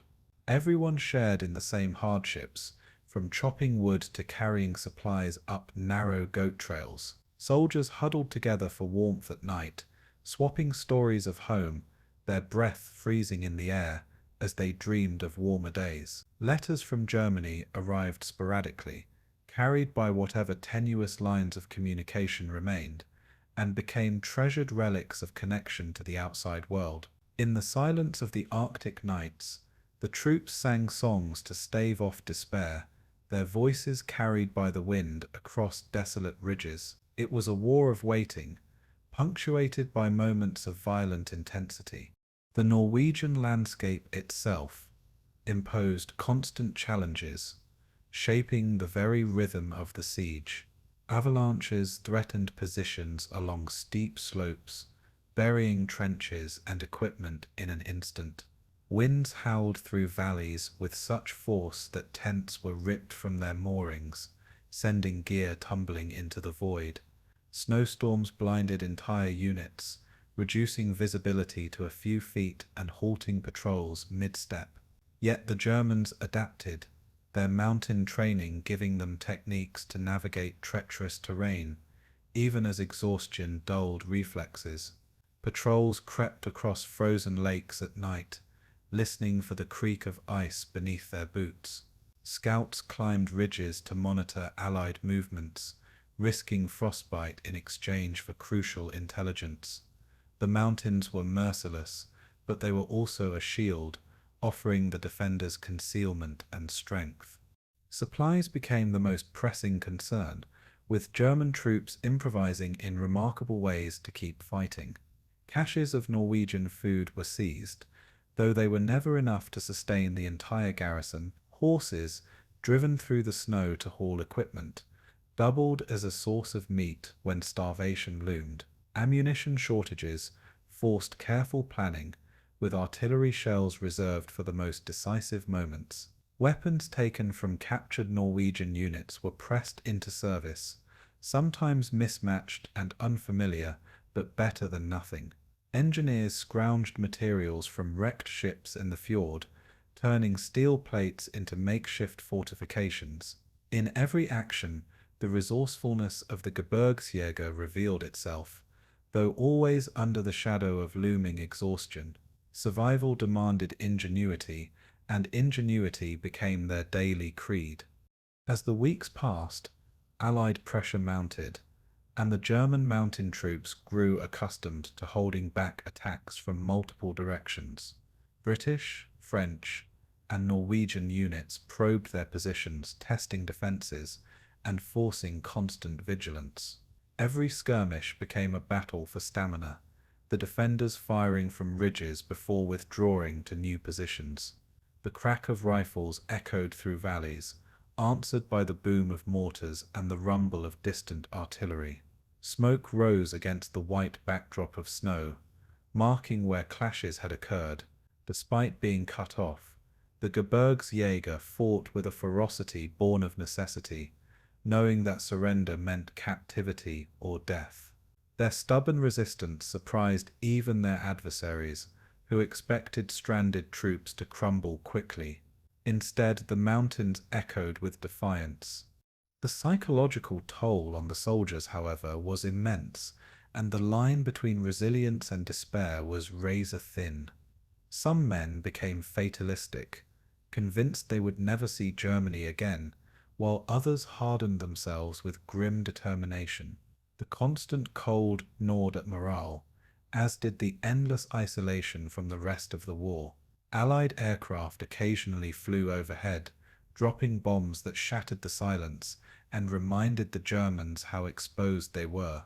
Yet still they held, their trenches dug deeper, their resolve refusing to break. In the face of uncertainty, the soldiers clung to the belief that relief might someday arrive. This fragile hope, combined with the iron discipline of mountain troops, kept them in the fight against overwhelming odds. For the Gebirgsjäger, the siege of Narvik became a crucible that defined their reputation as some of the toughest soldiers in the Wehrmacht. Stranded in the Arctic wilderness, they endured hunger, isolation, and relentless attacks, yet remained a formidable force. Their ability to dig in, to adapt, and to survive against all odds spoke volumes about their training and spirit. At the same time, their story foreshadowed the brutal realities that awaited German forces elsewhere in the war, where bold offensives could quickly turn into desperate defenses. In Narvik's mountains, the myth of German invincibility met the immovable challenges of nature and resistance. Their struggle was not merely about holding ground, but about proving that survival itself could be a form of victory. In the frozen silence, the mountain troops carved their place in history, enduring against the odds as the siege tightened around them.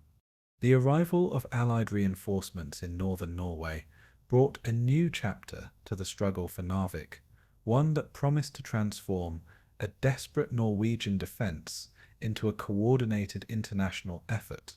French foreign legionnaires, hardened by service in deserts and colonies, now found themselves thrust into an Arctic theatre unlike anything they had known. Polish brigades, fighting under Allied command after their homeland had been crushed, carried with them a fierce determination born of exile and loss. British infantry, supported by Royal Marines, disembarked in the fjords with the weight of imperial expectations upon their shoulders. Each group came with its own history, its own burdens, but together they formed a patchwork coalition united by the urgent need to halt German expansion. The mountains and icy seas of Norway would test them all, forging an unlikely brotherhood in the crucible of war. The French Foreign Legion brought to Narvik an aura of toughness and discipline, honed through campaigns in North Africa and Indochina. Many of its men were not French by birth, but volunteers from across Europe, men who had chosen the Legion as their home and would fight for its honor no matter the field. Their officers, experienced in irregular warfare, quickly adapted to the rigors of snow and ice, drilling their troops to fight in conditions that sapped strength from even the hardiest soldiers. Legionnaires marched through deep snow with packs heavy on their backs, their breath freezing in the air with every exhale. They built firing positions with practiced efficiency, cutting ice and snow to create defenses where none existed before. To the Norwegians, their arrival was a sign that the world had not abandoned them. To the Germans, it was a warning that Narvik would not fall without a prolonged and bloody fight. The Polish brigades carried into the mountains a spirit that was both tragic and unbreakable. These men had fled their occupied homeland, often through perilous routes across Europe, determined to continue the fight against Germany. Clad in borrowed uniforms, their pride was nonetheless fierce, and their morale driven by the hope that every battle brought liberation closer. The harsh Arctic winter mirrored the hardships of their exile, but it also sharpened their resolve, binding them to the struggle as if it were Poland itself they defended. When they arrived in Norway, locals greeted them with warmth and admiration, moved by their courage and sacrifice. In the frozen valleys near Narvik, the Poles prepared to prove their worth in combat, determined to show that even in exile, they remained a formidable force. Their presence infused the Allied lines with a raw intensity, a sense of justice that transcended borders. British forces, veterans of earlier campaigns and long-standing guardians of imperial reach, brought vital experience and logistical backbone to the Allied coalition. They disembarked from warships with precision, their movements guided by a tradition of discipline forged across centuries of empire. Yet the Arctic terrain was unlike anything they had faced before, and adjustments came swiftly as training was adapted to steep slopes, snowfields, and freezing winds. British soldiers dug into positions alongside Norwegians, sharing supplies and learning the nuances of mountain warfare. Their officers coordinated with French and Polish leaders, navigating language barriers and cultural differences in the pursuit of common goals. In the fjords, Royal Navy personnel maintained lifelines of supply and protection, keeping German naval threats at bay after the brutal clashes of earlier battles. The British presence provided structure and command, binding together the multinational effort with steady hands.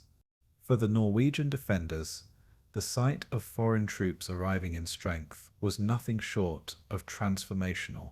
Weeks of isolation and desperate fighting had left them weary, but now their spirits were renewed by the sight of Allied uniforms alongside their own.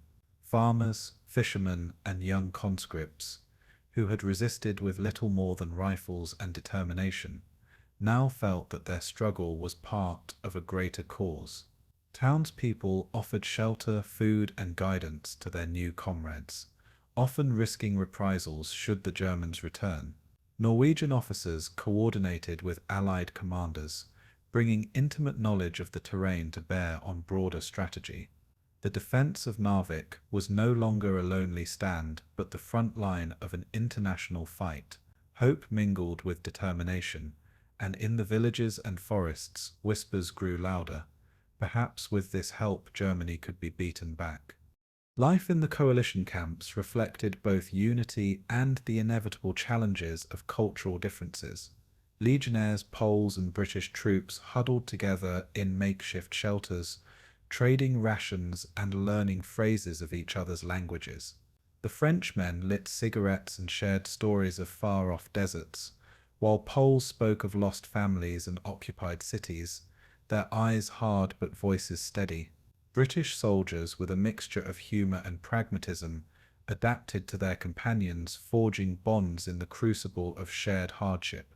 Meals were a patchwork of supplies: Norwegian bread, British tinned meat, and whatever could be found in the frozen countryside. Around campfires, soldiers laughed, argued, and sang songs in different tongues, yet all spoke the universal language of endurance. The shared fight against the Germans erased many boundaries, replacing suspicion with trust forged in necessity. In the mountains, unity became not just a strategy but a lifeline. Strategically, the arrival of Allied forces posed a serious new challenge to General Dietl and his isolated German mountain troops. Surrounded on all sides by rugged terrain and cut off from the sea, the Germans now faced opponents who outnumbered them and were determined to expel them from Norway. The Allies, bolstered by naval superiority, began planning coordinated attacks designed to exploit German weaknesses in supply and manpower. Patrols clashed in snow-covered valleys, the crack of rifles echoing against icy cliffs as both sides probed for advantage. Artillery was dragged up impossible slopes by Allied teams, ready to rain fire on entrenched German positions. Skirmishes broke out near frozen lakes, where Poles and Legionnaires tested the resolve of the defenders. The Germans dug deeper, but the sense of encirclement grew heavier by the day. The coalition's arrival shifted the balance, turning a static defense into a looming crisis. The weather, however, proved an equal adversary to all, and the Allied newcomers quickly learnt the brutality of Norway's Arctic environment. Snowstorms swept across the mountains with sudden ferocity, burying trenches and halting advances mid-step. Equipment froze solid, weapons jammed, and men collapsed from exhaustion as they struggled through drifts that swallowed them to the waist. Even the most experienced mountain fighters found themselves humbled by nature's relentlessness. Legionnaires who had endured Saharan heat now shivered uncontrollably, while Poles accustomed to European winters discovered that Norway's climate was harsher still. British troops improvised with what they had, wrapping scarves and blankets around themselves, their boots often soaked through. The elements became a constant reminder that the battle was not just against the Germans but against the land itself. Every step forward required willpower as much as strategy, resilience as much as weaponry.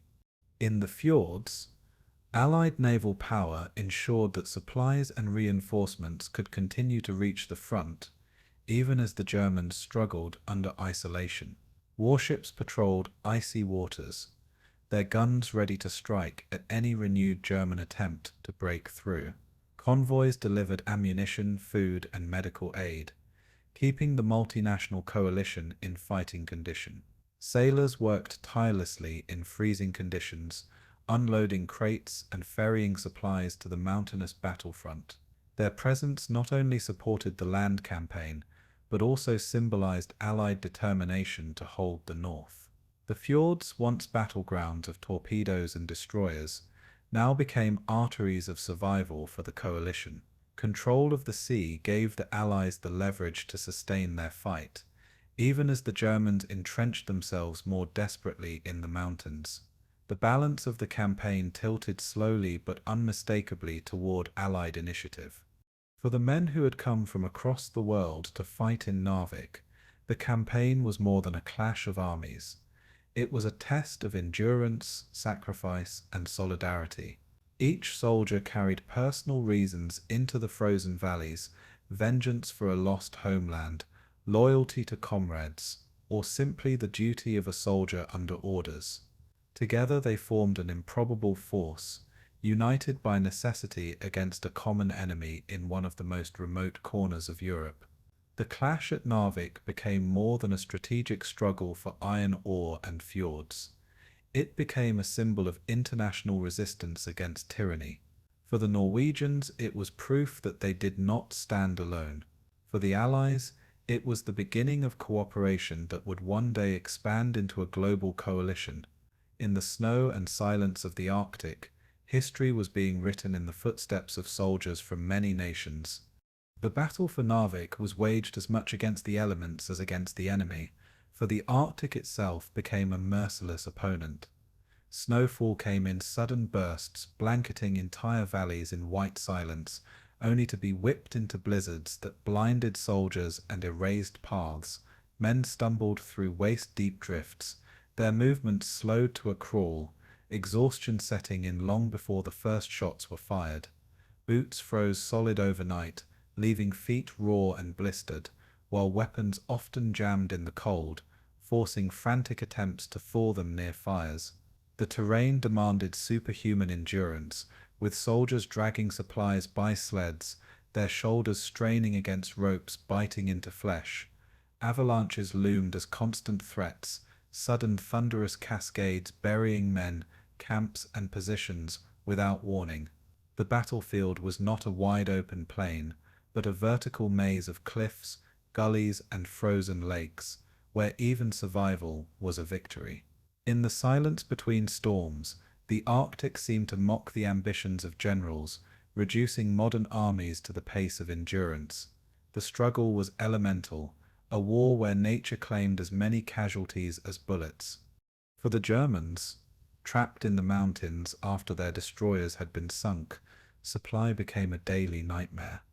Cut off from resupply by sea, they relied on scarce airdrops that often missed their targets, leaving crates lost in the snow or seized by the enemy. Ammunition was rationed to the last bullet, food cut down to thin portions of bread and dried meat that left stomachs hollow. Soldiers melted snow for water, their hands cracked and bleeding from cold, their bodies shivering in uniforms never meant for Arctic conditions. Firewood was scarce, forcing men to risk sniper fire in search of branches or driftwood, often returning empty-handed. General Datel's mountain troops, trained for alpine warfare, endured better than most, but even their resilience faltered under weeks of frozen hunger. They built snow caves and dugouts, insulating themselves in ice to keep from freezing, their breath frosting the ceilings above. In these conditions, discipline was the only shield against despair, as every man knew a moment of weakness could mean death. For them, the war in Norway was not merely a fight, it was survival against nature's indifference. The Allies, though better supplied by sea, faced their own grueling trials in the Arctic wilderness. Convoys carried food and ammunition to coastal bases, but getting supplies inland across frozen ridges was a torment. Sledges creaked under heavy loads, pulled by men instead of animals, their backs bent as they trudged through storms. Weapons iced over during marches, forcing constant maintenance in numb-fingered desperation.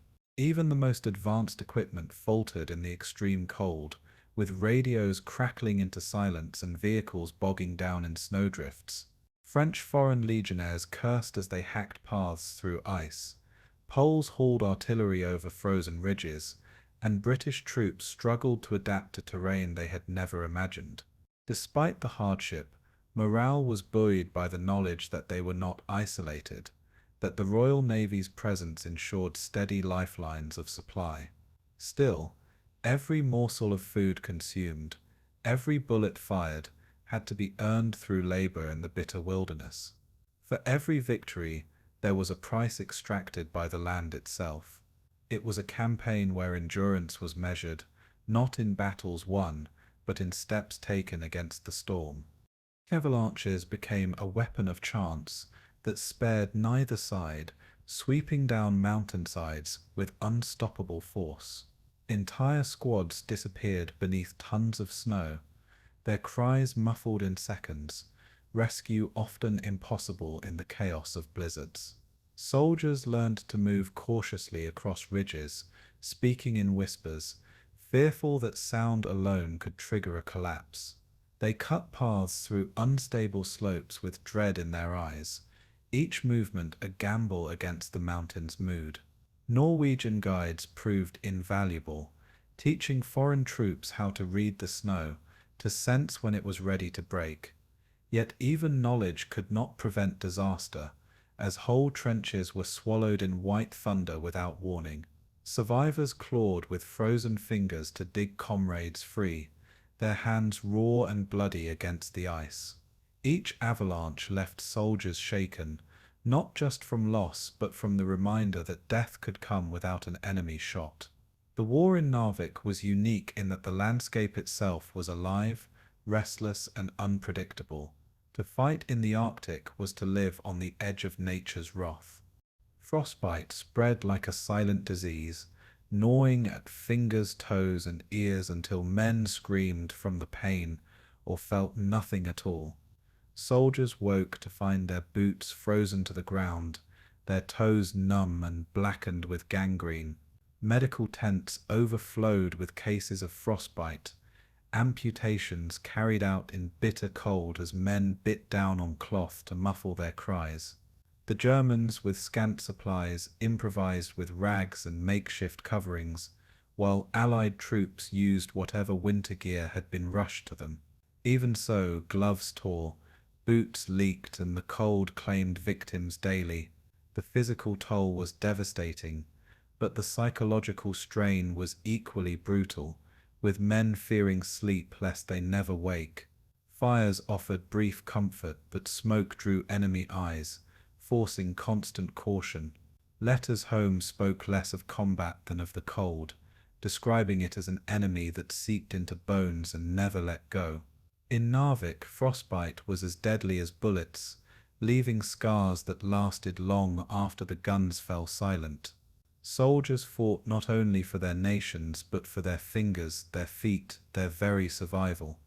Night and day blurred in the Arctic, the long twilight casting a perpetual gloom over the battlefield. Soldiers marched and fought under skies that never fully brightened, their sense of time dissolving into endless grey hours. The lack of light wore on nerves, leaving men disoriented and weary, their bodies uncertain of when to rest. In the blackness of stormy nights, fear magnified, every sound amplified into imagined enemies moving through the snow. Patrols vanished into the gloom, never certain if they would stumble back into camp or into an ambush. For defenders on the ridges, silhouettes emerged from fog like ghosts, friend and foe indistinguishable until too late. Sleep was stolen in fragments, often interrupted by alarms or sudden flares of gunfire across the slopes. Men became shadows of themselves, their eyes hollow, their movements mechanical, yet they pressed forward. The war in Narvik was as much a battle of endurance of the mind as of the body. Under the Arctic sky, fatigue was its own form of weapon, grinding down both sides relentlessly. Food scarcity compounded the misery, reshaping the daily rhythm of survival into a fight for nourishment. Germans cut rations to bare minimums, with soldiers living on thin soup and crusts, their bodies wasting away under heavy strain. Allied troops fared somewhat better, but still felt hunger gnawing as supply chains struggled to keep pace with demand. Frozen food had to be thawed with difficulty, often consumed half raw, to keep strength in bodies too exhausted to wait. Men scavenged for anything edible, from fish pulled through holes in ice to roots uncovered beneath snow. The monotony of rations wore down morale, with men dreaming of warm meals far from the battlefield. Cigarettes and coffee became treasured commodities, traded between units as though they were gold. Hunger hollowed faces, sharpened tempers, and tested discipline, yet soldiers learned to mask it with grim determination. In Narvik, meals were not just sustenance but a reminder of the fragile line between endurance and collapse. Every bite mattered, every crumb fought for with sweat and sacrifice. In the Arctic War, hunger was an enemy that marched alongside them. Despite the hardship, moments of humanity flickered amidst the snow and blood, binding soldiers together against the wilderness. French legionnaires shared wine saved from rations with Poles, who responded with songs of home, their voices rising into the frozen night. British troops improvised games with sticks and stones, laughter echoing briefly before fading back into silence. Norwegians guided foreign comrades across treacherous terrain, their quiet knowledge a lifeline in the mountains. Letters were read aloud by firelight, entire squads gathering to hear words from distant families, drawing strength from connections far away. In the darkness, comradeship became the only warmth that endured, carrying men through storms that might otherwise have broken them. Shared hardship erased differences of language and background, replacing suspicion with solidarity. In such moments, the Arctic seemed briefly less hostile, as if brotherhood itself could melt the cold. These glimpses of humanity were fragile but vital, sustaining morale in a war that seemed endless. For many it was not duty or orders, but the man beside them that kept them fighting. In Narvik, survival was collective, never individual. Combat in such conditions was brutally intimate, with skirmishes fought in white silence broken by sudden eruptions of fire and steel. Patrols collided in forests where snow muffled footsteps, ambushes decided in seconds of chaos. Machine guns froze, forcing men to fight with rifles, bayonets, and grenades hurled through swirling snow. The echo of gunfire carried across fjords, magnified by cliffs into thunder that lingered long after the fight ended. Wounds froze quickly, turning blood into ice, leaving medics struggling to save lives with equipment frozen solid. The terrain forced close encounters, where soldiers glimpsed the faces of their enemies before pulling triggers. German mountain troops used skis to dart across slopes, while Allies learned fast, adapting to tactics dictated by snow and wind. Battles were fragmented, fought not as sweeping offensives, but as isolated clashes in valleys, ridges, and hamlets buried in white. In Narvik, war was fought step by step, slope by slope, in brutal proximity to both enemy and environment. The Arctic shaped the fight as much as any general's plan. The battle for Narvik's mountains revealed a truth seldom seen in other theaters of the Second World War, that modern armies could still be humbled by nature. Tanks, artillery, and aircraft all mattered, Yet in the frozen valleys they were often secondary to snowshoes, sleds, and endurance. Men who had trained for mechanized war found themselves reduced to primitive struggles against cold and hunger. Victories were measured in ridges held and slopes crossed, not in sweeping breakthroughs or cities captured. The Arctic made every gain fragile, every success temporary, forcing humility upon even the most hardened soldiers. Yet it also forged resilience, shaping men into survivors who carried the memory of Narvik as both pride and trauma. For generals, the campaign was a lesson in the limits of power. For soldiers, it was an ordeal that tested their humanity. The harsh Arctic warfare turned Narvik into a battlefield unlike any other, where the struggle was as much with ice and snow as with bullets and shells. It was a war where nature demanded reverence, and where only those who endured together survived.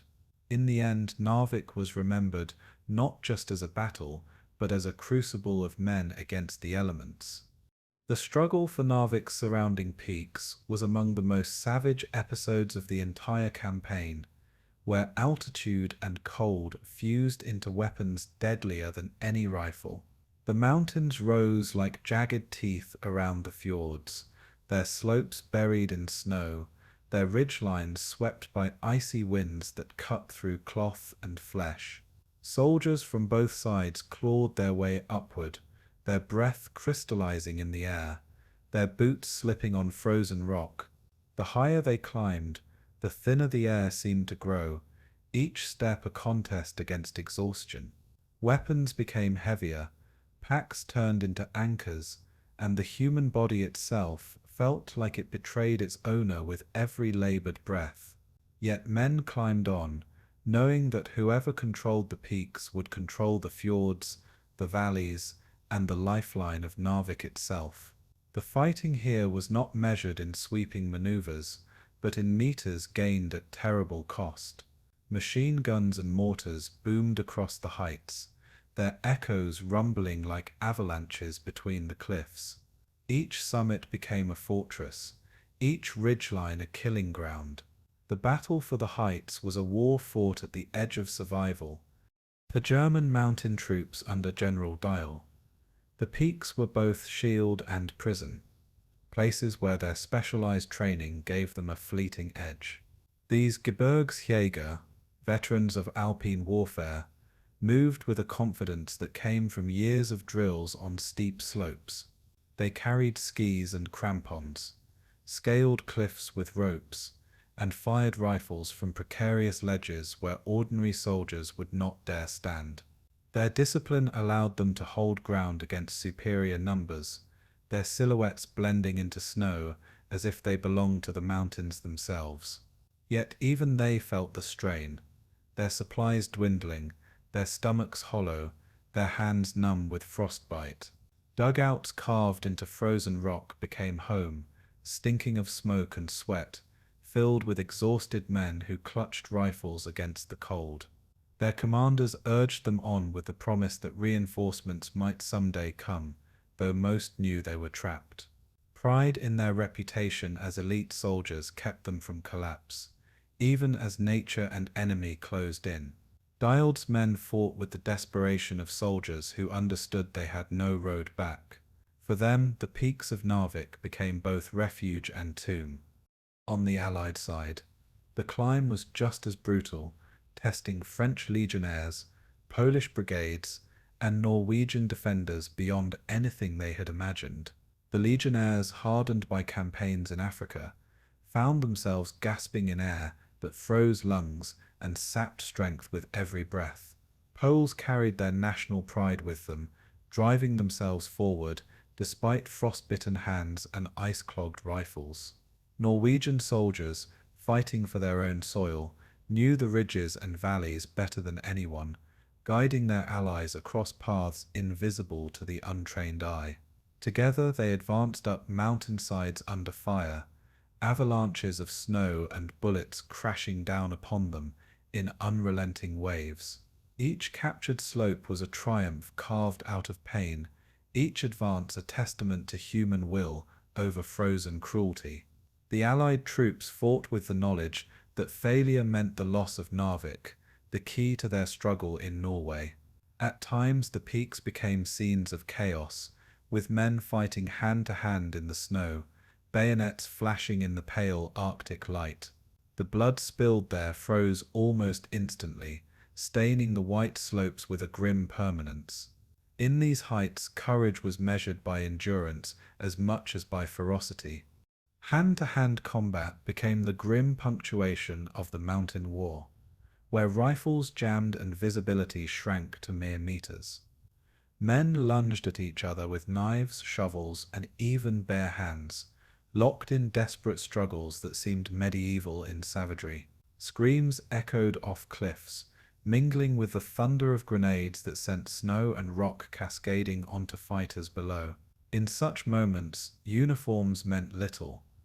It was man against man, survival pitted against fear, in a contest fought with raw instinct. The snow muffled bodies as they fell, covering the dead in silence that returned as quickly as it had been shattered. The brutality of these clashes left survivors trembling, their minds haunted by images of blood on ice and faces glimpsed at point-blank range. No amount of training could prepare soldiers for the intimacy of such violence, where death was delivered at arm's length. Commanders issued orders with calm voices, but in the chaos of the peaks, discipline often dissolved into primal survival. Soldiers staggered from such fights shaken but hardened, carrying scars deeper than frostbite. The mountains had stripped the war of distance, reducing it to the most personal of battles. The weather itself fought alongside both armies, a wild card that made every decision fraught with danger. Blizzard winds roared through the passes, turning men into ghostly shapes, stumbling through white walls of snow. Visibility dropped to nothing, forcing battles to halt until the storm passed, or to continue blindly, with enemies only meters away. Snow-blinded eyes, clogged weapons, and buried supply caches that soldiers spent hours digging out. At times, entire units vanished into the storm, only to re-emerge disoriented, scattered, and vulnerable to ambush. For some, the weather provided salvation, cloaking retreats and masking movements from enemy eyes. For others, it delivered only death, freezing the lost or burying them beneath sudden avalanches triggered by shellfire.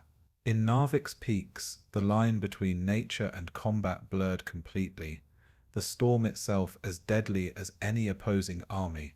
The Arctic made no distinction between friend or foe, punishing both with equal cruelty. Generals might plan, but the blizzard decided the pace of war. In the frozen heights, soldiers learned that survival was always at the mercy of the elements. Artillery in the mountains added another layer of terror, shells shrieking across ridges and exploding with devastating effect. The sound was amplified by cliffs, each blast magnified into thunder that seemed to shake the earth itself. Shards of rock and ice tore through flesh as lethally as shrapnel, turning avalanches into secondary weapons. German mountain guns, dragged laboriously up steep slopes, rained fire on advancing allies with ruthless precision.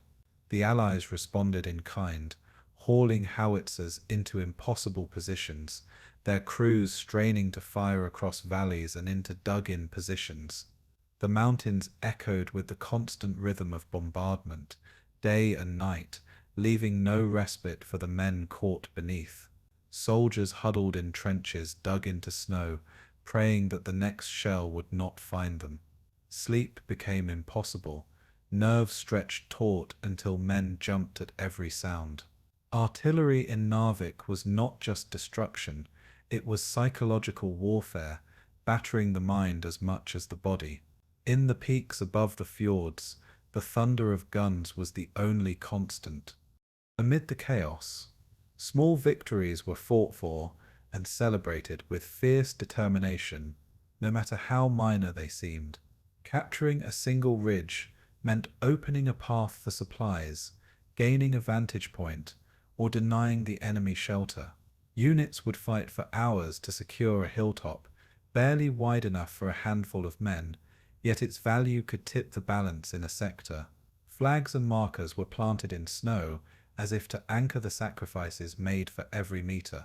Soldiers spoke of certain peaks with reverence, as though they were holy ground, for comrades had died upon them. Each success, no matter how small, carried immense symbolic weight, proving that endurance could wrest victory even from nature. The morale of entire battalions could be lifted by one captured height, their cheers echoing through valleys like defiance against the cold. In these moments, the war became less about strategy and more about survival with honor. For the soldiers of Narvik, triumph was not sweeping, it was granular, measured in stones and steps. Each captured peak became a monument to perseverance carved into the snow. The civilians of Narvik watched the battle unfold from below, the mountains echoing with the sounds of war that never seemed to end. Families huddled in homes, their windows rattling with the percussion of distant artillery. The peaks above their town became a wall of fire and snow, a reminder that their lives depended on the endurance of soldiers they had never met. Some dared to climb partway into the mountains to deliver supplies or guide Allied patrols, risking sniper fire in acts of quiet defiance. Others could only wait, praying that the thunder from above would not spill down into their streets. Children asked why the mountains burned at night, their innocence shattering under the weight of war. For the people of Narvik, the peaks were no longer serene guardians but battlefields dripping with blood.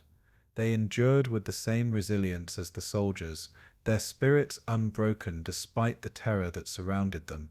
Civilians became silent participants in the battle for the heights, their lives tethered to every ridge gained or lost. In their hearts, the fight for Narvik was as much theirs as it was the soldiers. By late May, the battle for the heights had become a brutal stalemate, neither side able to claim a decisive advantage. German mountain troops clung to their frozen bastions, refusing to yield despite being battered by superior Allied forces.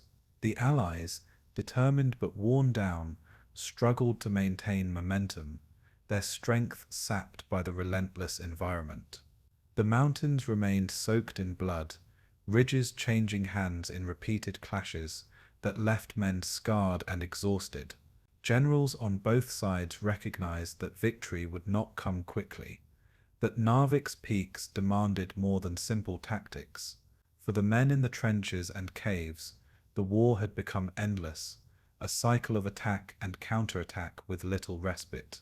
Hope flickered, sustained by the belief that perseverance would eventually break the enemy's will. Yet despair grew too, carried in the hollow eyes of soldiers who had endured too many storms, too much hunger, too much death. The battle for the heights was more than a clash of armies. It was a contest between human endurance and the Arctic wilderness itself. In the end, only those who endured longer would prevail. Narvik's mountains stood as both battlefield and graveyard, their frozen silence holding the echoes of courage and suffering alike. The skies above Narvik, once a quiet Arctic expanse of pale blue and drifting cloud, became a new battlefield as the Luftwaffe entered the fray. German air commanders recognized that their mountain troops, stranded and isolated, needed support that only the air could deliver. Squadrons of Heinkel bombers and Junkers dive bombers were dispatched north, tasked with breaking Allied naval superiority and hammering troop concentrations. For soldiers on the ground, the whine of approaching engines signaled an entirely new terror, one that struck with speed and sudden devastation. Ships anchored in fjords, their decks slick with ice, looked up at shadows crossing the sun before bombs plunged toward them. Onshore, men scattered into trenches, their ears ringing with the shriek of sirens from Stukas diving at impossible angles. The Luftwaffe's arrival transformed Narvik into a three-dimensional battlefield where death could descend from above without warning. This was not just an extension of the fight, It was an escalation into total war. In the Arctic silence, the roar of engines was now the herald of destruction. The Royal Navy, still bruised from its fierce clashes in Narvik's fjords, suddenly found itself under aerial siege. Destroyers that had maneuvered deftly between cliffs and enemy torpedoes now became targets for high-altitude bombers circling overhead. Crews scrambled anti-aircraft guns into position, firing into the frozen skies as bombs splashed into the sea around them. One near miss could cripple a vessel, flooding compartments and forcing men to abandon ship into waters that froze the flesh within minutes. Smoke from burning ships mingled with the mist of the fjords, transforming the once pristine waters into a hellscape of fire and ice. Sailors, exhausted from days of naval combat, now lived with the constant dread of bombers returning each dawn. Every run from the Luftwaffe tested their courage, forcing them to fight not just the enemy, but their own growing fatigue. The decks of Royal Navy ships echoed with shouted orders, the pounding of boots, and the deafening roar of anti-aircraft fire. In these moments, survival depended on reflexes and luck as much as discipline. For many sailors, Narvik's waters became not only a battlefield but a floating graveyard. On land, Allied soldiers quickly learned that trenches dug against bullets were no shelter against bombs falling from above. The Luftwaffe targeted supply dumps, communication posts, and staging areas, hoping to sever the fragile lifeline sustaining troops in the Arctic wilderness. French Foreign Legionnaires, Polish brigades, and Norwegian defenders scattered across snowfields as explosions tore craters into the frozen earth. Snow mixed with dirt and fire rained down upon them, leaving men dazed and half buried in icy debris. Equipment that had taken days to haul into position was obliterated in seconds, forcing soldiers to start again from nothing. The roar of planes overhead became a constant drumbeat, reminding every man that nowhere was safe. Some soldiers cursed the skies, firing futile bursts at distant silhouettes. Others prayed, clutching frozen rosaries as bombs fell around them. Morale wavered as soldiers realized that courage against infantry meant little when steel rained down from the heavens. Yet they endured, driven by duty, desperation, and the determination to hold Narvik against all odds. Each raid deepened the realization that air power was the true master of modern war.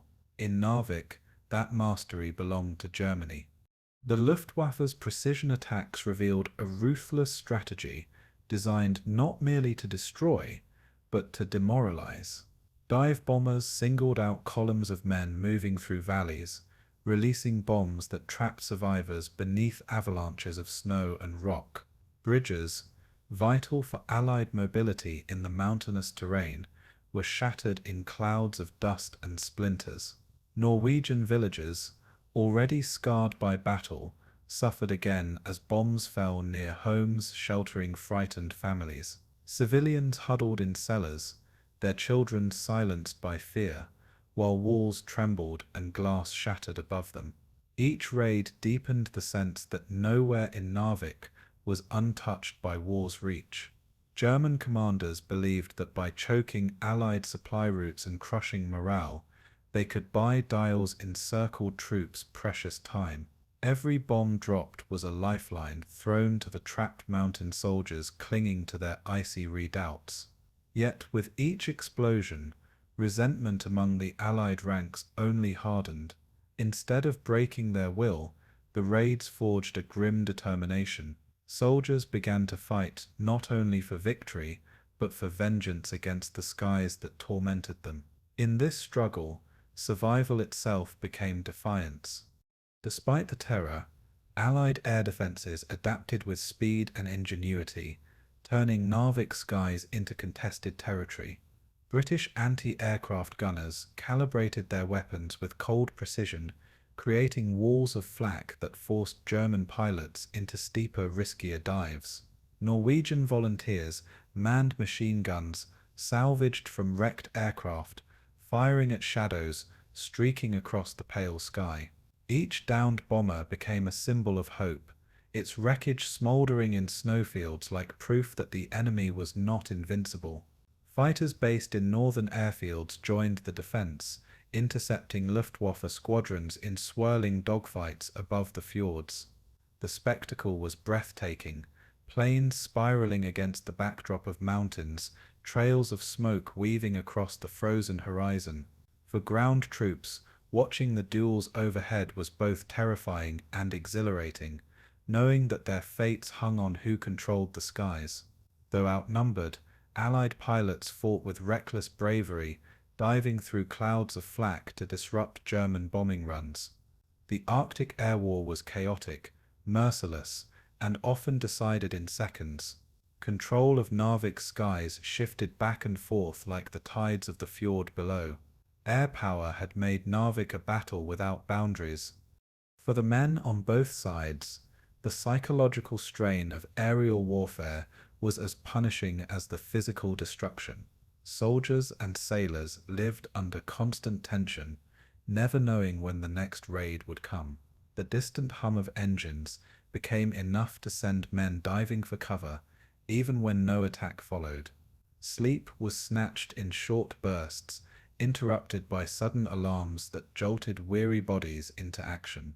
Civilians carried their fear quietly, listening to the skies for sounds of approaching death. Children grew used to the sight of black smoke rising from mountainsides and ships, burning in the fjords. Fear spread like frost, seeping into every corner of Narvik, chilling hearts as effectively as the Arctic winds. Yet alongside fear, a strange resilience grew stronger. Men learned to stand their ground beneath falling bombs, to rise again after the skies cleared, and to rebuild what was destroyed. The Luftwaffe could terrify, but it could not erase the human will to endure. In the end, the battle in the air became as much a war of spirit as of steel. Narvik's defenders proved that survival itself was a form of victory. The Arctic weather played its own unpredictable role in the duel for the skies, blinding pilots and shielding ground forces in equal measure. Fog rolled into the fjords like a curtain, grounding aircraft and cloaking ships in a shroud of white.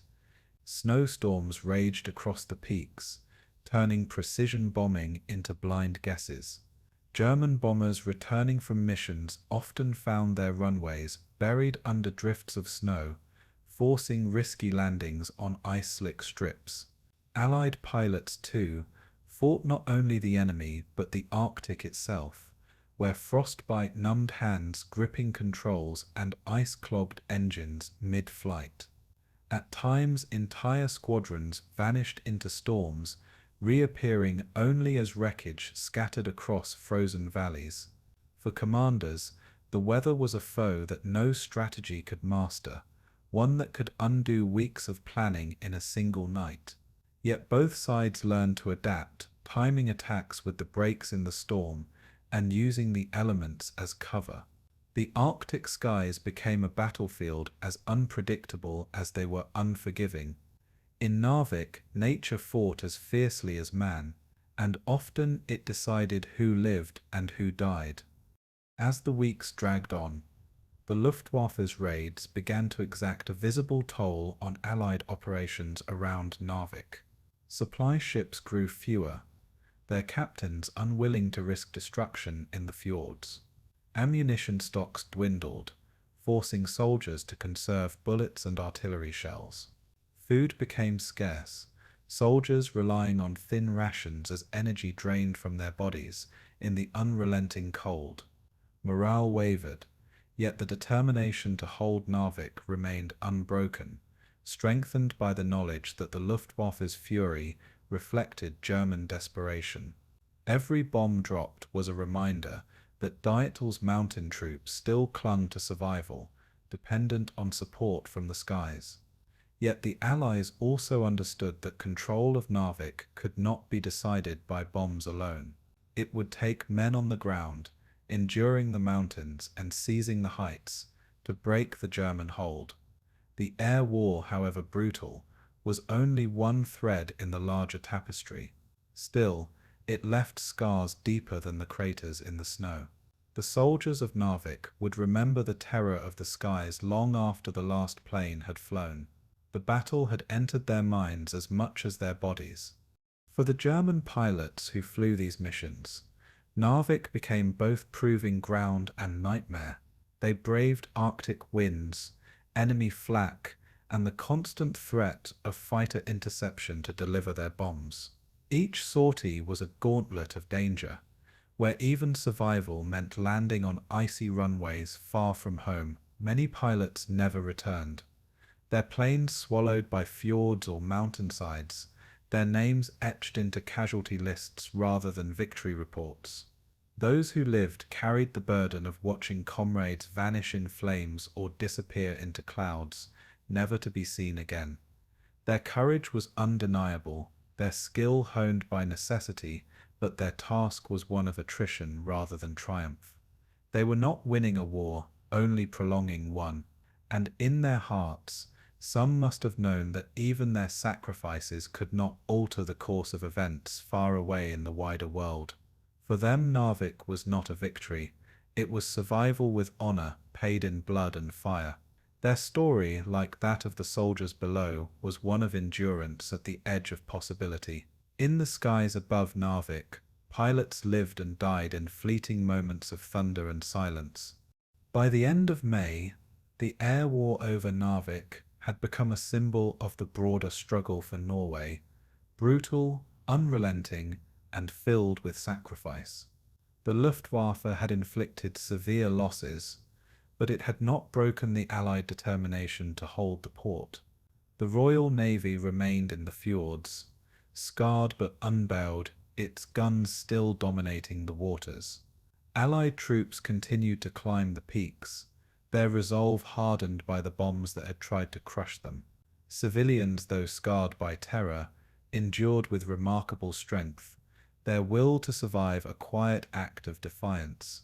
The Germans had shown the world the destructive power of air dominance, but they had also revealed its limits against a determined enemy. The skies over Narvik remained contested, their outcome undecided until the greater war shifted elsewhere.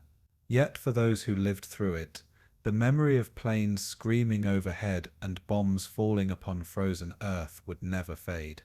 Narvik's air war was a battle within a battle, one that defined the struggle as much as the peaks and fjords below. In the end, it was a reminder that in modern war, no place, not even the Arctic skies, was beyond the reach of destruction. The town of Narvik, nestled deep within the Arctic Circle, was never meant to be a battlefield, yet in April 1940, it became one of the most violent crossroads of war. For its 10,000 inhabitants, life had been shaped by the rhythms of the sea, the iron ore trains, and the long, punishing winters. Families knew hardship, but nothing could prepare them for the sudden descent of German troops into their streets and fjords filled with warships. The sound of shells crashing into the harbor was not just distant thunder, it was the shattering of a way of life. Children huddled in cellars, their ears covered against the booming of naval guns that shook walls and splintered windows. Mothers clutched infants, while fathers looked to the mountains, torn between protecting their families and resisting the invaders. The war was not abstract or distant. It was burning in their homes, echoing in the cries of the wounded, and written in smoke rising from warehouses. For civilians, survival became the only battle worth fighting, and in Narvik, it was a daily struggle against fear, hunger, and fire. Evacuation became an urgent necessity as fighting engulfed the town. Yet it was no simple task in a region hemmed by mountains and icy fjords. Families packed what little they could carry, blankets, bread, photographs, and hoped that they might one day return. Small fishing boats ferried people across the fjord, slipping through waters still littered with wreckage from naval clashes. Others fled into the snow-laden forests, trudging along paths lit only by the pale Arctic sun and the distant glow of burning oil tanks. The elderly struggled, their strength sapped by cold, leaning on children barely old enough to understand the catastrophe unfolding around them. Entire neighborhoods were emptied overnight, their houses left silent except for the crash of shells and the caw of winter birds. Yet not everyone could leave, and those who stayed endured the full weight of bombardment and occupation. For many, the evacuation was not a journey toward safety, but a leap into uncertainty. Where they would sleep, how they would eat, and whether they would see Narvik again were questions without answers. The war had stolen more than homes, it had stolen certainty itself. Daily life for those who remained in Narvik was a patchwork of survival strategies. Each day a gamble against fate.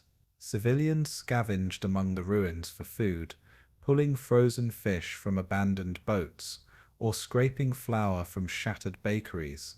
Wells froze and clean water became as precious as gold, carried in buckets across rubble-strewn streets.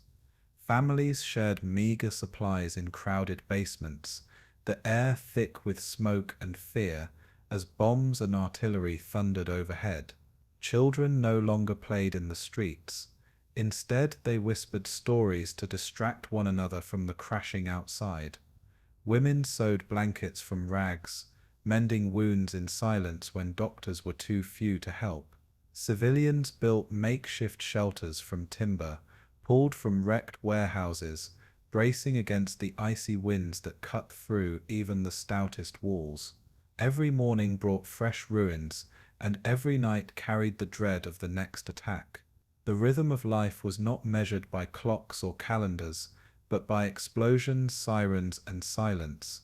In Narvik, survival meant adapting to terror as if it were the weather, and like the weather, it never truly lifted. The psychological burden was immense, carving scars deeper than the physical wounds left by falling bombs. Narvik civilians lived with the constant knowledge that death could arrive at any moment, shattering homes and families without warning. Children grew pale and quiet, their laughter replaced with fearful glances at the skies. Parents whispered reassurances they did not believe themselves, telling their children that tomorrow would be better. Sleep was fitful, broken by nightmares that mirrored the chaos above. Men who once worked in mines or on fishing boats now carried rifles, defending their neighborhoods with a desperation born of necessity. Women took on roles as nurses, cooks, and protectors, shouldering burdens without complaint, because there was no other choice. The community's spirit was tested daily, yet bonds of solidarity also deepened. Neighbors shared food, offered warmth, and carried each other through grief. Still, the trauma etched itself into every survivor, leaving memories that would haunt them long after the guns fell silent. Narvik was not just a battlefield of armies, it was a battlefield of souls, and the civilians bore wounds that no uniform could hide. For the children of Narvik, the war left memories far beyond their years, forever shaping how they viewed the world. Schools closed as classrooms became shelters or command posts, leaving lessons replaced by the sounds of war. Young boys scavenged shell casings and shrapnel, treating them as treasures, not understanding their lethal origins. Girls helped mothers sew torn clothing, their small fingers stitching survival into each seam. Hunger hollowed their cheeks, and frostbite numbed their toes, but what struck deepest was the fear in their parents' eyes. They learned to recognize the distant hum of planes, the whistle of falling bombs, and the silence that followed devastation. Childhood games were replaced by hiding drills, where the prize was survival and the penalty was death.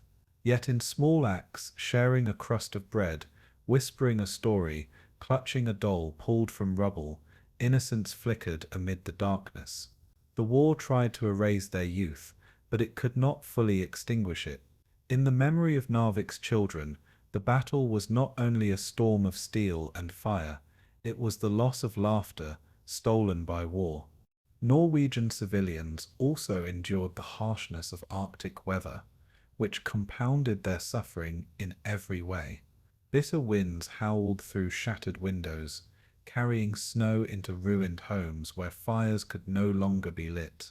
Fuel was scarce, leaving families to huddle under blankets, their breath freezing in the air around them. Frostbite claimed fingers and toes, not just from soldiers in the mountains, but from civilians shivering in their basements. Food spoiled in the cold, supplies froze solid, and hunger gnawed at bellies that had already grown thin. The winter that descended upon Narvik was merciless, as if nature itself had joined the battle against its people. Yet the same snow provided cover for those fleeing into the hills, muffling footsteps and hiding trails from German patrols. Civilians learned to see the landscape as both enemy and ally, one that punished but also shielded. The mountains that hemmed them in also offered safety in caves and hidden paths. Life in Narvik was not just a fight against bullets and bombs, but against the very elements themselves. In this frozen crucible, the strength of the human will was tested against fire and ice. Amid the devastation, acts of quiet heroism defined civilian life. Moments of humanity shining through the dark. Neighbors risked their lives to rescue families trapped beneath rubble, digging with bare hands in freezing snow. Women carried wounded soldiers across icy streets, ignoring the roar of nearby gunfire. Children delivered messages for resistance fighters, their small size making them less noticeable to patrolling Germans. Priests opened churches as shelters, their stone walls echoing with prayers mixed with the thunder of artillery. Farmers shared what little food they had, even as their own families starved. Such moments of sacrifice were rarely recorded in reports of battles, but they shaped the soul of Narvik as deeply as any clash of armies. For every building destroyed, there was an act of defiance. For every life lost, there was someone who tried to save another. These stories of resilience and courage became Narvik's quiet resistance. Civilians may not have carried rifles into the mountains, but they fought in their own way. Their struggle was one of survival, compassion and endurance under impossible odds.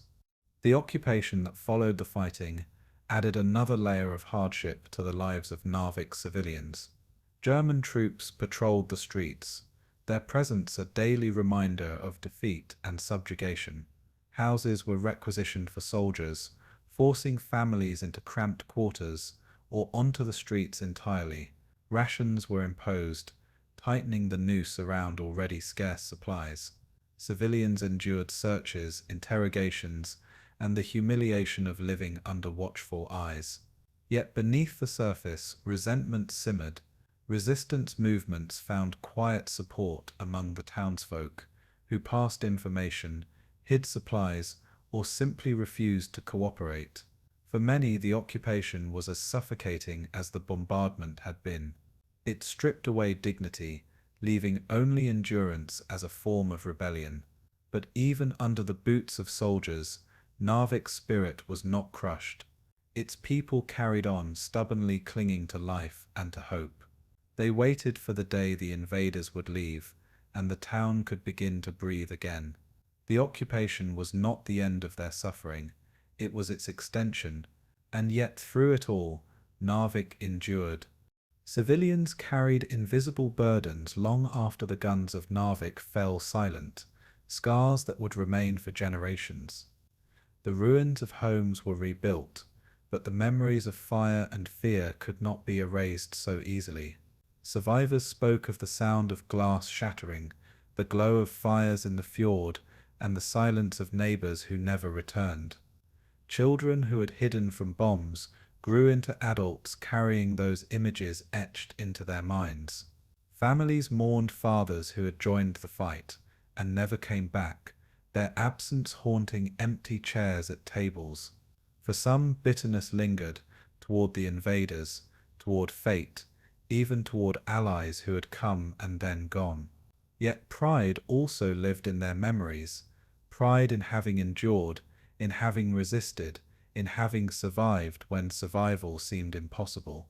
Narvik civilians became living testaments to resilience, their stories woven into the larger history of the war.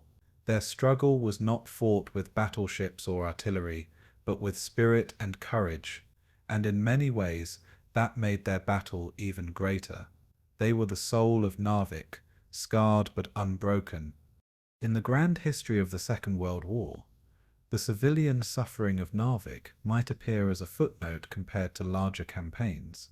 Yet for those who lived it, it was a universe of terror, resilience, and endurance compressed into a few bitter months. Their story reveals the human cost behind every battle report, every map line, every strategic decision. While generals plotted movements and admirals directed fleets, families fought their own war in the shadows, armed only with courage and will. The ruins of Narvik stood as silent witnesses to their ordeal, each scarred wall a reminder of what they endured. Today, the memory of those civilians carries lessons as vital as any military history. It reminds us that wars are never fought by soldiers alone. Behind every front line are countless lives shattered, countless acts of resilience, and countless stories of survival. In Narvik, the civilians carried the heaviest burden, standing between fire and ice, between invader and homeland, and in their endurance, they proved that even in the darkest winter, the human spirit can outlast the storm. The final days of May and the opening of June 1940 brought a dramatic reversal in the frozen fjords of Narvik. After weeks of brutal stalemate, Allied commanders resolved to break the German grip on the town once and for all. French Foreign Legionnaires, Polish brigades, and Norwegian troops spearheaded the assault, their ranks hardened by bitter mountain fighting. British naval guns roared from offshore, sending shells into German strongholds perched along the icy slopes. Snow still blanketed the peaks, even as summer approached, making every climb treacherous and every movement costly. Yet the Allies pressed on with grim determination, their goal not just military victory, but the liberation of Norway's most vital northern port. Civilians watched from cellars and scattered villages as the sound of battle rolled through the fjords like thunder. The operation was not merely an advance, it was a reckoning for weeks of suffering endured by Narvik's people. And in those tense hours, the fate of the Arctic port hung in the balance. The attack began with precision, as Norwegian ski troops carved their way through the snowfields, moving with the familiarity of men born to the mountains. Their knowledge of the terrain gave them a deadly advantage against German mountain troops, who now found themselves on the defensive. French and Polish soldiers pressed forward through ravines, supported by artillery fire that echoed like avalanches through the valleys. Explosions lit the night sky, reflecting off walls of ice and fjord waters choked with the wreckage of earlier naval battles. German defenders, outnumbered and increasingly cut off, clung to positions with a stubbornness that spoke to their training and discipline. Yet the Allies' assault gained momentum, step by step, ridge by ridge. The clatter of machine guns mingled with the guttural shouts of men advancing through the snow. Each captured position brought the Allies closer to the town itself. For the first time since April, victory seemed within reach, and morale among the attackers surged with every meter gained. Inside Narvik, German forces braced for the inevitable assault as shells crashed into their positions with relentless fury. General WW2, the commander of the German Gebirgsjäger, knew his men were trapped between the sea and the mountains. Supplies dwindled, ammunition ran low, and reinforcements were impossible in the face of British naval dominance. Civilians huddled in fear as buildings shook under bombardment, glass shattered, and fires spread unchecked through the town. For many, the liberation they had prayed for came at the cost of their homes, yet they clung to hope that freedom was finally returning. German soldiers fought from street to street, turning Narvik's houses and warehouses into makeshift fortresses. The Allies advanced cautiously, knowing each corner could hide machine guns or snipers. Smoke billowed into the Arctic sky, darkening the long summer twilight. The town that once bustled with trade in iron ore now echoed only with the roar of battle. And for those within its walls, every hour brought Narvik closer to liberation or destruction. On June 1st, 1940, the Allies struck with overwhelming force, pressing into Narvik itself. Polish soldiers stormed through the town streets, their determination sharpened by memories of their own homeland's occupation. French legionnaires, many of them veterans of colonial wars, moved with lethal precision, clearing block after block. Norwegian troops, fighting on their own soil, carried a special fervor, their rifles echoing with the defiance of a people reclaiming their land. German soldiers fell back, unable to hold against the combined weight of Allied firepower. The clash was brutal, close, and merciless, fought in alleys filled with debris and smoke. Civilians cowered as doors splintered and windows shattered, praying that liberation would not claim them as collateral victims.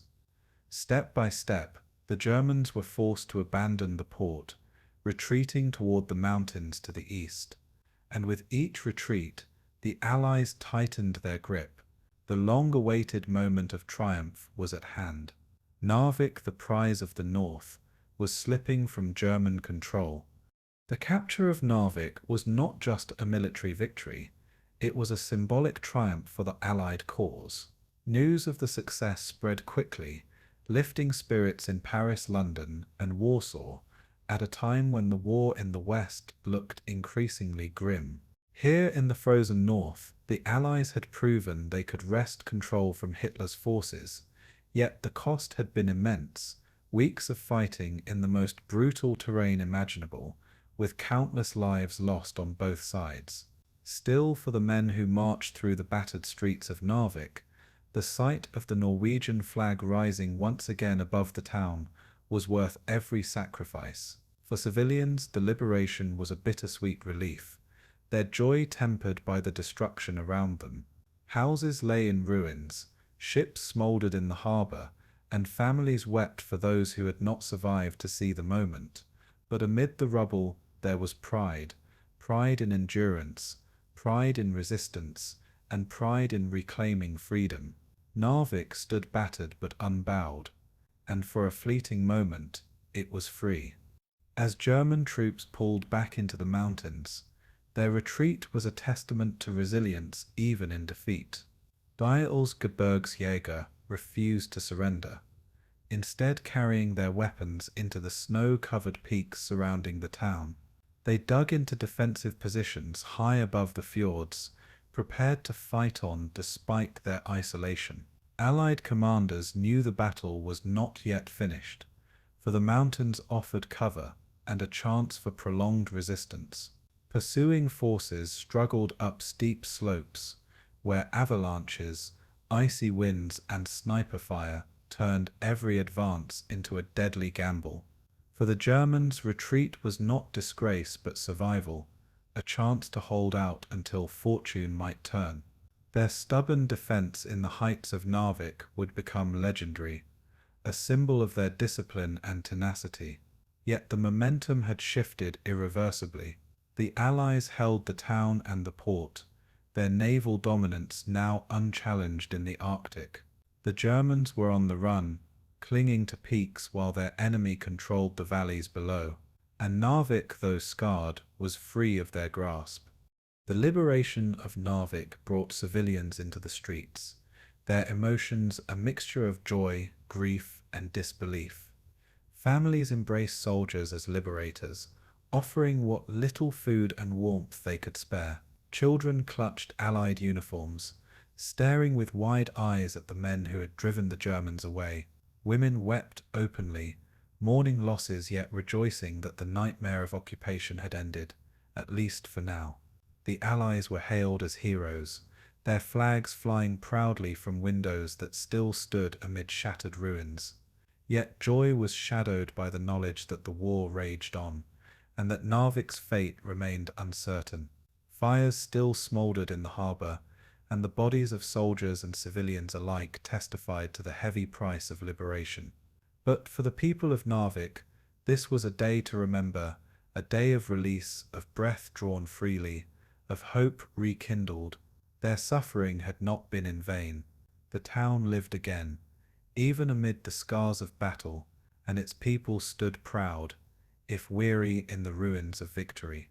For the Allied soldiers, the capture of Narvik was both triumph and trial, a moment of pride tempered by the knowledge of what lay ahead. They had proven their ability to work together across national lines, French, Polish, Norwegian, and British forces united in common cause. The fjords that had claimed so many lives now echoed with their victory, their ships ruling the Arctic waters once more. Yet commanders knew that Narvik was but one battle in a far larger war, and the shadow of Germany's successes elsewhere loomed large. France was already faltering under the weight of the Blitzkrieg, and soon Allied troops in Norway would be called home to face greater threats. Still, for the men in Narvik, the moment mattered deeply. They had reclaimed a vital port, struck a blow against Hitler's armies, and shown that resistance was possible. In the frozen north, they had written a chapter of defiance, and though its impact would be fleeting, it would be remembered with pride. The Germans, though forced into retreat, did not view Narvik's loss as final defeat. Dietl's troops clung to their mountain positions, enduring hunger and exhaustion, with the grim determination of soldiers who refused to yield. Hitler himself ordered that Narvik be held at all costs, though his ambitions soon shifted to greater campaigns elsewhere. The men in the mountains fought on, harassing Allied forces and preparing for opportunities to strike back. Their retreat was not collapse, but transformation into a prolonged defense, one that tied down Allied resources and prolonged the struggle. Yet the psychological blow of losing Narvik could not be ignored. It was the first time in the war that German forces had been forced to abandon ground they had taken, and though their discipline and resilience remained intact, the illusion of invincibility had been fractured. Narvik was a scar on the German record, a reminder that even the Reich could bleed, and that scar would echo far beyond the Arctic peaks. The capture of Narvik in June 1940 was a fleeting but powerful victory, a rare moment when Allied banners flew proudly over a reclaimed battlefield. The snowy mountains bore witness to the clash of nations, where steel met ice and men measured themselves against both enemy and environment. Narvik's liberation was not just a military achievement, but a symbol of defiance, proof that Hitler's armies could be beaten back. Yet history would soon turn cruel, as the larger tides of war swept the Allies from Norway altogether. For the people of Narvik, the joy of liberation would be short-lived, followed by renewed occupation and hardship. But in that moment, under the pale Arctic sun, victory was real.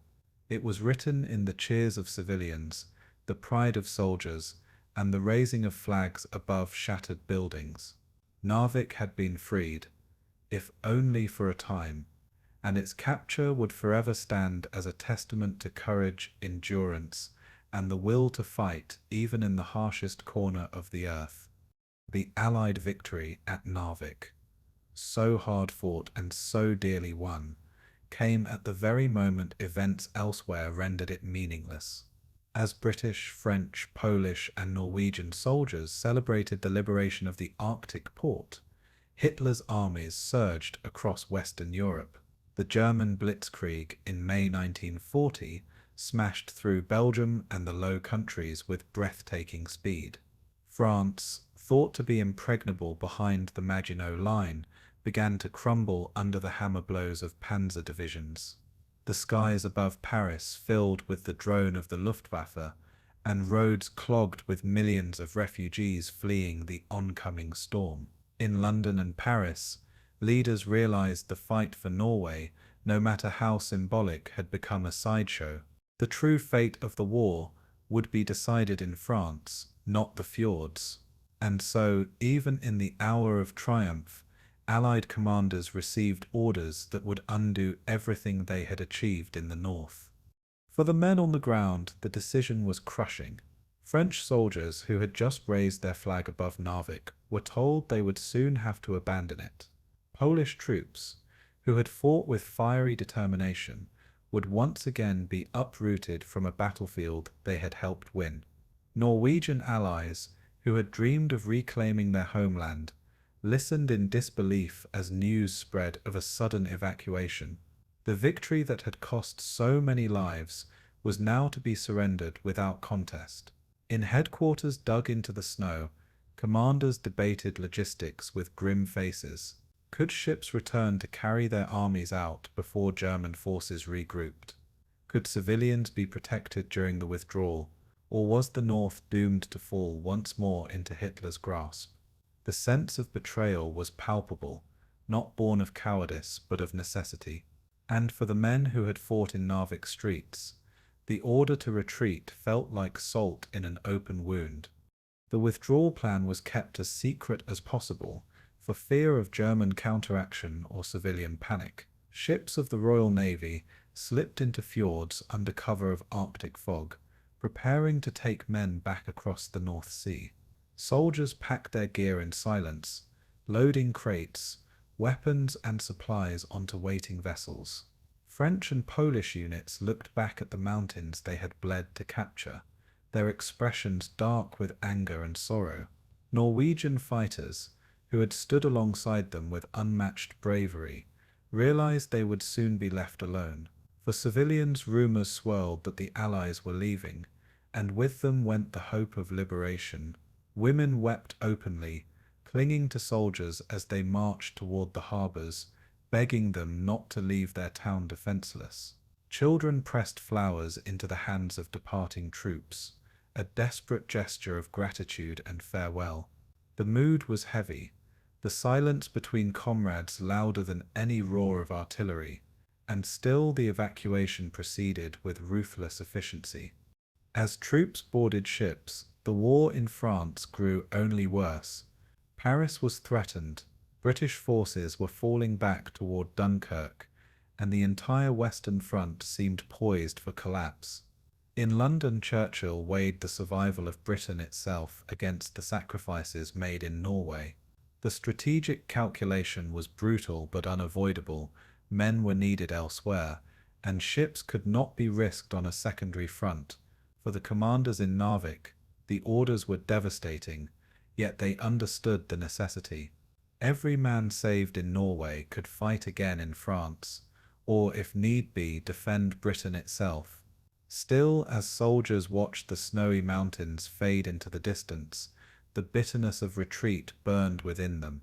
The sense of waste was unbearable, the realization that all they had endured was being abandoned. For the first time they felt the war's cruelest truth, that victories could be erased overnight by defeats on another front. And Narvik, once a symbol of hope, was now a casualty of larger events.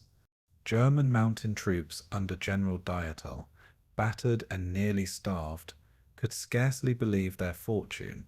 Only weeks earlier, they had been on the brink of annihilation, trapped between mountains and sea. Now, with Allied ships withdrawing, the tide had turned without a final battle. Dietel's men reoccupied Narvik with cautious relief, their ragged uniforms and frostbitten hands testifying to their ordeal. They had been prepared to fight to the last, but now they marched back into the town unopposed. The German flag once again fluttered above the port, not through triumph of arms, but through the collapse of Allied resolve elsewhere. For the Gebirgsjäger, it was survival against all odds.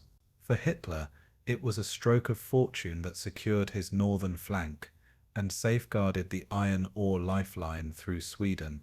And for the Allies, it was humiliation, a hard-won victory thrown away by the cruel mathematics of war. Narvik was lost again, and with it the chance to deny Germany its Arctic supply routes. Norwegian civilians who had celebrated liberation only days before now faced the crushing reality of reoccupation. Families who had opened their homes to Allied troops now shuttered their windows in despair. Men who had fought in the hills returned to hiding, uncertain whether they would live to resist another day.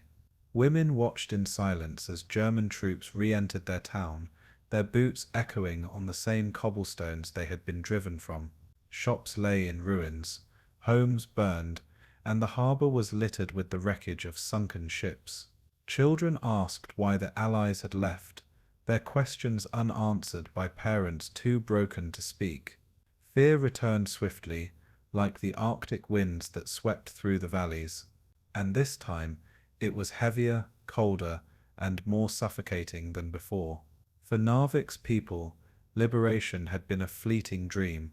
Now reality returned in the form of German helmets and rifles, and the long shadow of occupation once more stretched across their town.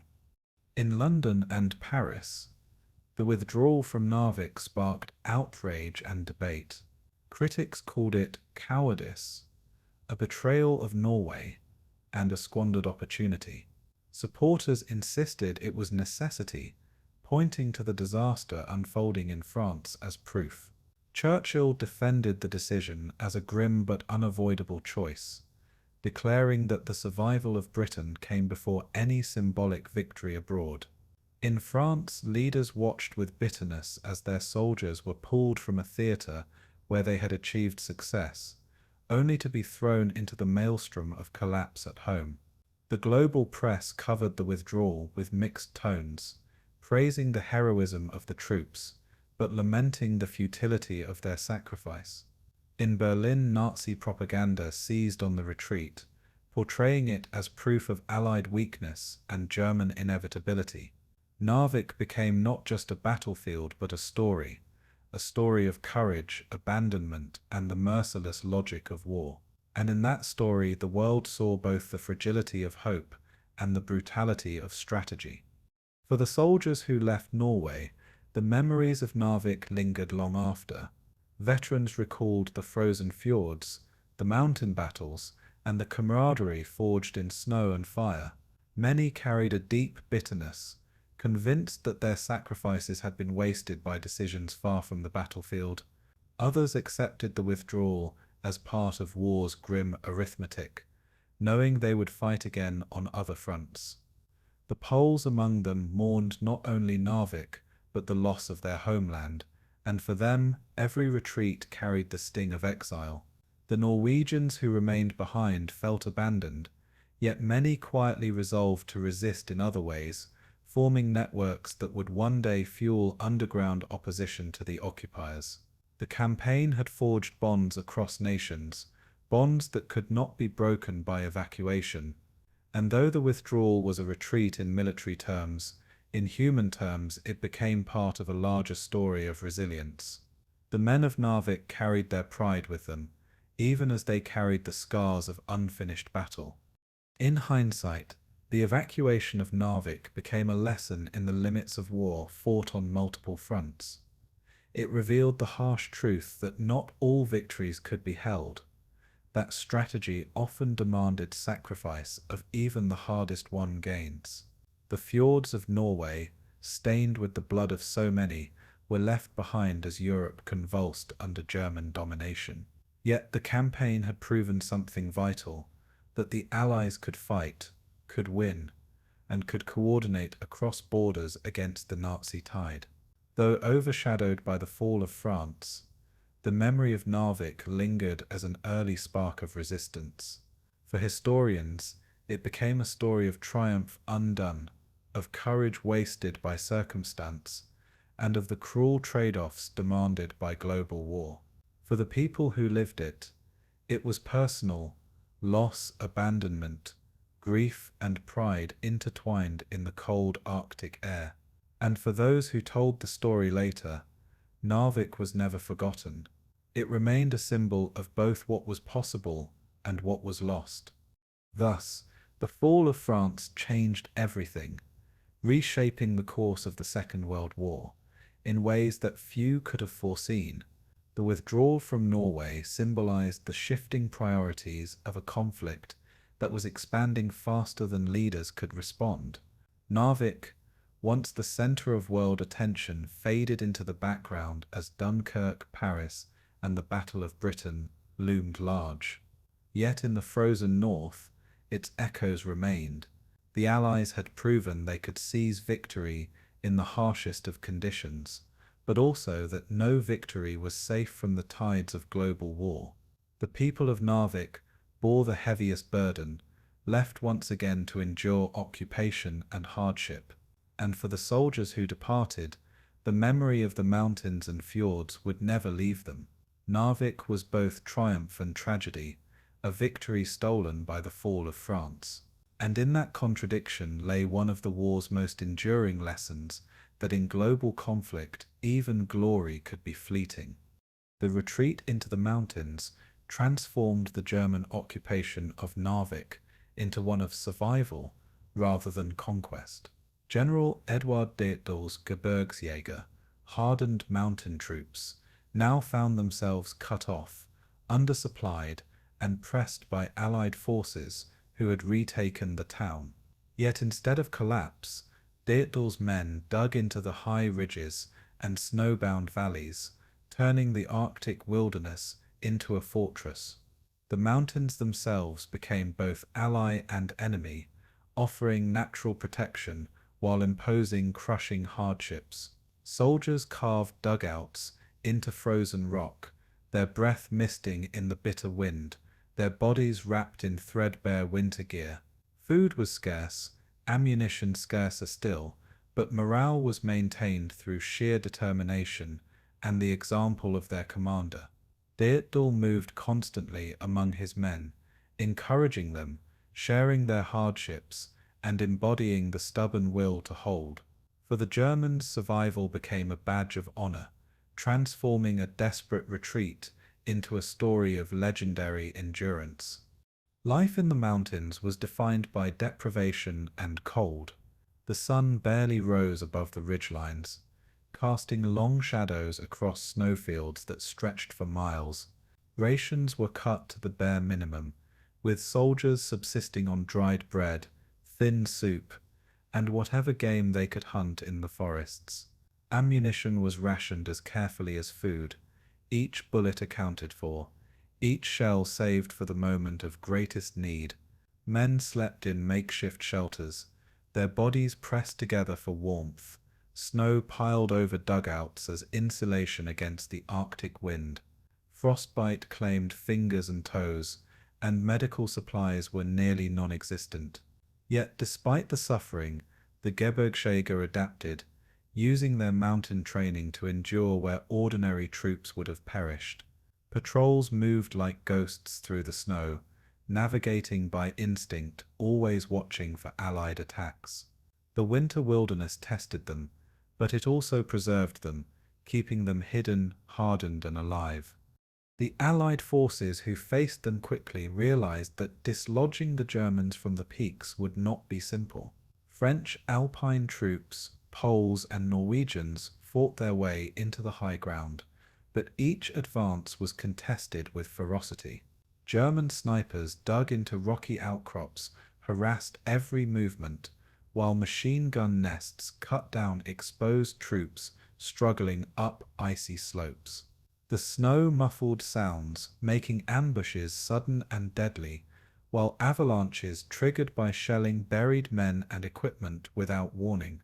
The mountains turned battles into grueling contests of endurance, where terrain mattered as much as weapons. Allied soldiers respected their enemy even as they cursed them, recognizing the tenacity of men fighting with their backs to the wall.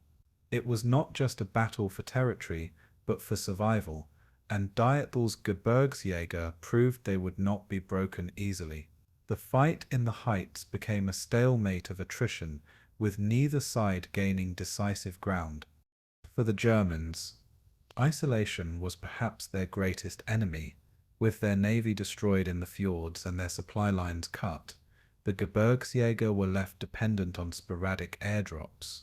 J-52 transport planes braved Allied aircraft and Arctic storms to deliver crates of ammunition, food, and medicine. Parachutes blossomed against the pale sky, carrying lifelines to the men below. Sometimes the drops missed, scattering supplies across ravines or into Allied hands.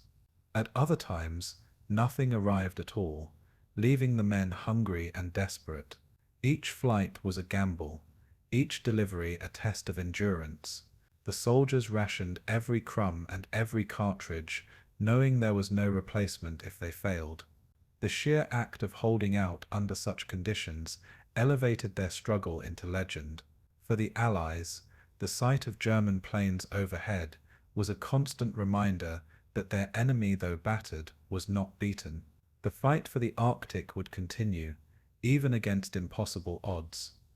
Diethel's leadership was central to German survival. Unlike many commanders who directed from distant headquarters, Diethel remained at the front, sharing the same snow shelters and frozen meals as his men. His presence gave hope in moments of despair, his calm voice a steadying influence amid the storm. He emphasized camaraderie, reminding his soldiers that their endurance would inspire the entire Reich. His reports to Berlin were blunt but determined, insisting that his troops could hold until relieved. For Hitler, Diethel became a symbol of German resilience, a commander whose troops embodied the Nazi ideal of unwavering defiance. Propaganda in Germany soon exalted the heroes of Narvik, presenting their survival in the Arctic as proof of German superiority. Yet behind the myth lay the harsh truth of hunger, cold, and endless danger. The legend was born not from glory, but from the sheer will to endure, and in Diethel's men, that will proved unbreakable. On the Allied side, frustration grew as attempts to crush the German pocket stalled.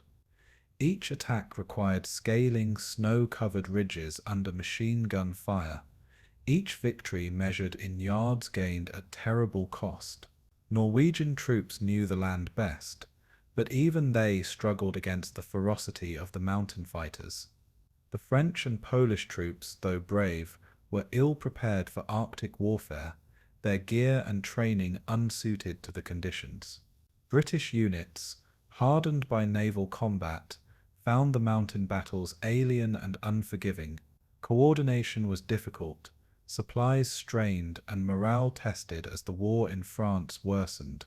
Some soldiers wondered aloud why they fought in the Arctic at all, when the real struggle was clearly in Western Europe. Yet orders compelled them onward, and the battle for Narvik's mountains dragged on. The Germans, though cornered, continued to resist, proving that victory in the Arctic would never come cheaply. The civilian population, too, bore witness to the endurance of Diethel's men. From villages scattered along the fjords, Norwegians watched German patrols slip through the snow like shadows. Farmers found their barns raided for food, their livestock slaughtered to feed the occupiers. Civilians suffered reprisals for suspected aid to Allied forces, living in constant fear of violence.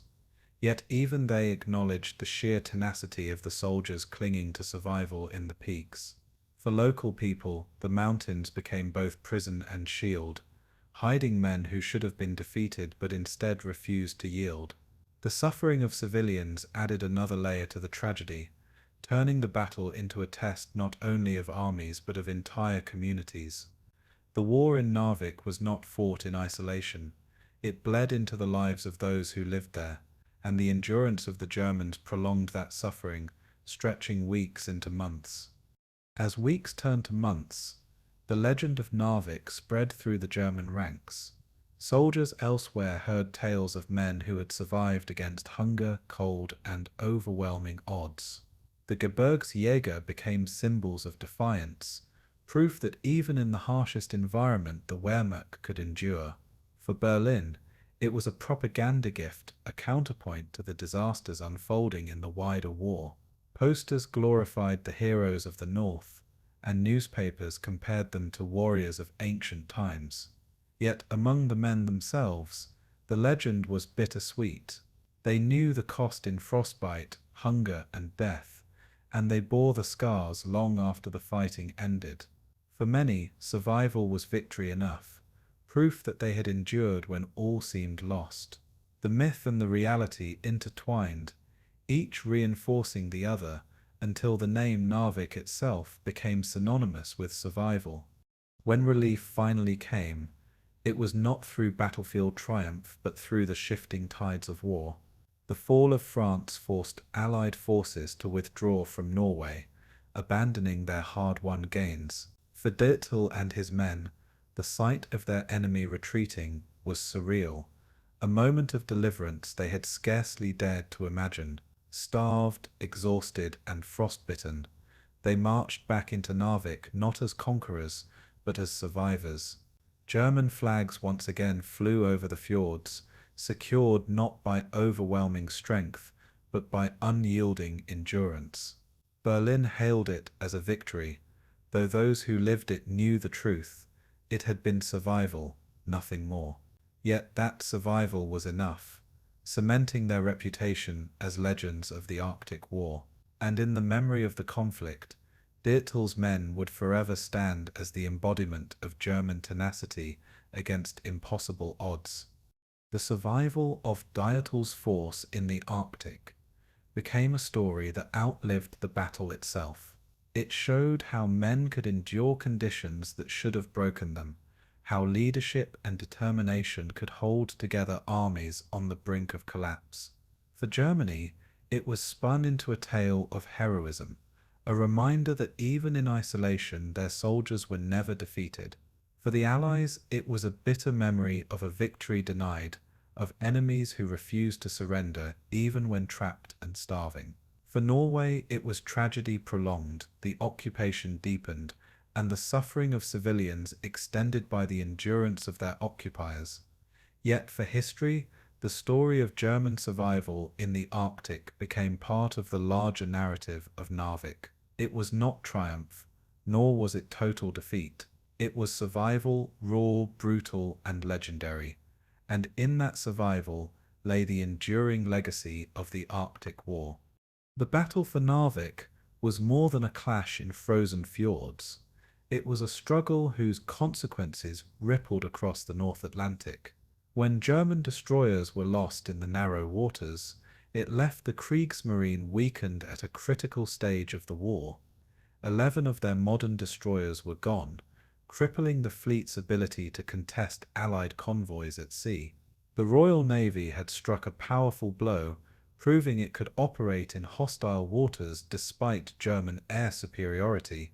Yet at the same time the British were reminded of their own vulnerability, with ships damaged and lives lost in waters far from home. The strategic chessboard of the North Atlantic was altered in a single campaign, reshaping both sides' perception of naval power. For Germany, the loss was staggering, while for Britain, the victory was tempered by the realization of future battles yet to come. Narvik had shown that control of the seas would remain uncertain, costly, and bitterly fought. At the heart of the matter lay iron ore, the lifeblood of German industry. Narvik's port, ice-free even in winter, served as the gateway for Swedish ore shipments vital to the Reich. The battle had exposed how critical this supply line was, and how vulnerable it could be to Allied intervention. For Britain and France, disrupting that flow was not just about denying Germany resources, it was about striking at the foundation of the enemy's war effort. For Hitler, the struggle confirmed the necessity of holding Norway at all costs, no matter how high the price. The fight for Narvik thus elevated Scandinavia from a peripheral theatre to a front of strategic urgency. The iron ore trade, once a quiet economic concern, had become a military obsession for both sides. Every ton of ore moved through Narvik now carried the weight of global strategy, and with it came a deepening rivalry over the control of northern seas. The loss of so many German destroyers was felt immediately in the broader war at sea. The Kriegsmarine had been small to begin with, carefully balancing its limited strength between U-boats, battleships and destroyers. With Narvik's disaster, its surface fleet was weakened to the point of long-term inferiority. This forced Germany to lean even more heavily on its submarine campaign in the Atlantic, shifting strategy toward wolf packs instead of surface raiders. The Royal Navy, by contrast, gained renewed confidence in its ability to hunt and corner German warships. Yet the victory was not absolute, for Britain too had been stretched thin by the effort. The lesson learned was clear. Naval dominance could not be taken for granted, not even by the world's greatest fleet. The cold waters of Narvik had redrawn the balance of maritime power in Europe, and they had done so with a sharpness that would echo for years. For the Allies, Narvik became a lesson in the complexities of Arctic warfare. Naval battles could be fought, and towns could be seized, but holding them required constant reinforcement and supply. The logistical burden was immense, with convoys traveling through hostile seas to deliver men and equipment. Every shell, every loaf of bread, and every gallon of fuel had to be carried across thousands of miles. The effort exposed weaknesses in Allied coordination, showing how difficult it was to mount joint operations under extreme conditions. The French, Poles, Norwegians, and British had fought bravely, but they had struggled to maintain unity in the field.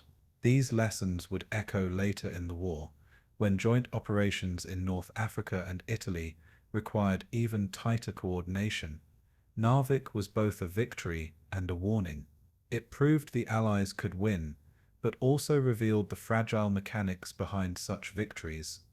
From the German perspective, the battle underscored the risks of overextension. Operation Weserübung had stretched the Kriegsmarine to its limits, sending ships far from support into narrow fjords where escape was impossible. The destruction of the destroyer flotilla at Narvik revealed the cost of audacity without adequate protection. It also demonstrated the limits of German air power, which had not been able to prevent British warships from striking deep into occupied territory. Hitler, who had gambled on swift success, was forced to confront the reality of naval weakness. Yet he drew from Narvik the conclusion that holding Norway was non-negotiable, for it provided not only ore but also a northern bastion against Britain. The survival of Dietl's mountain troops gave him just enough confidence to sustain that gamble. For Germany, Narvik was both a setback and a justification, a painful loss that hardened their grip on Scandinavia. Norway itself emerged from the battle, transformed into a strategic prize. The occupation of its long coastline gave Germany bases from which to launch U-boats and air raids deep into the North Atlantic. Narvik was only one port, but it symbolized the greater significance of Norway as a whole. For Britain, the failure to permanently hold Narvik and Norway was a bitter wound, one that left the Atlantic convoys more vulnerable.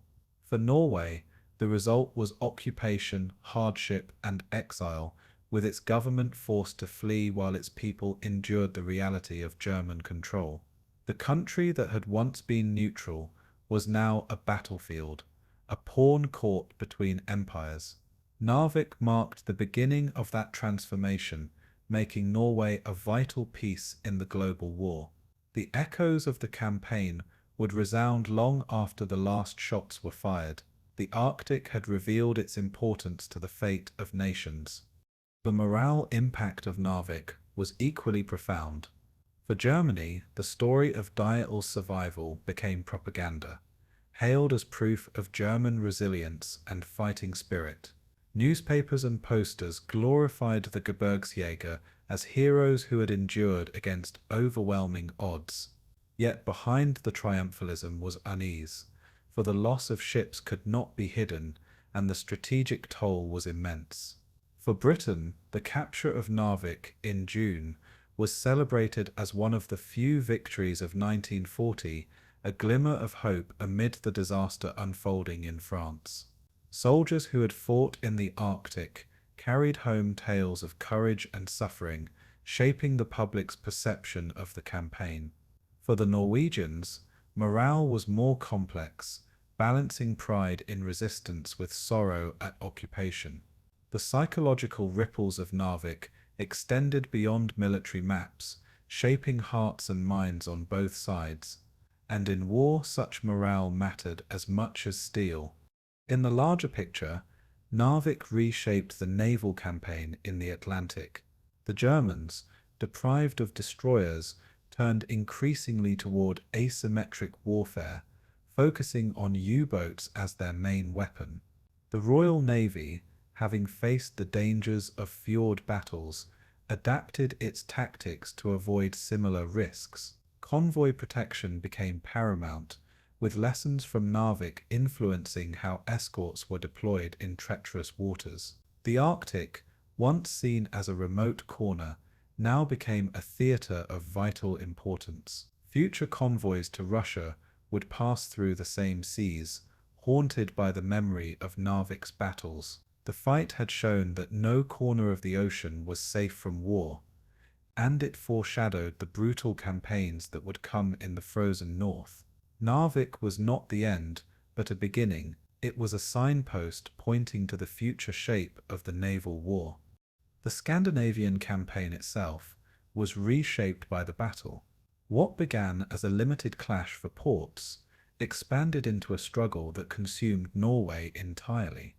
The Allies had briefly seized the initiative, but were forced to retreat when the fall of France changed the balance of power. Germany, though bloodied, consolidated its hold, turning Norway into a fortress that would drain Allied resources for years.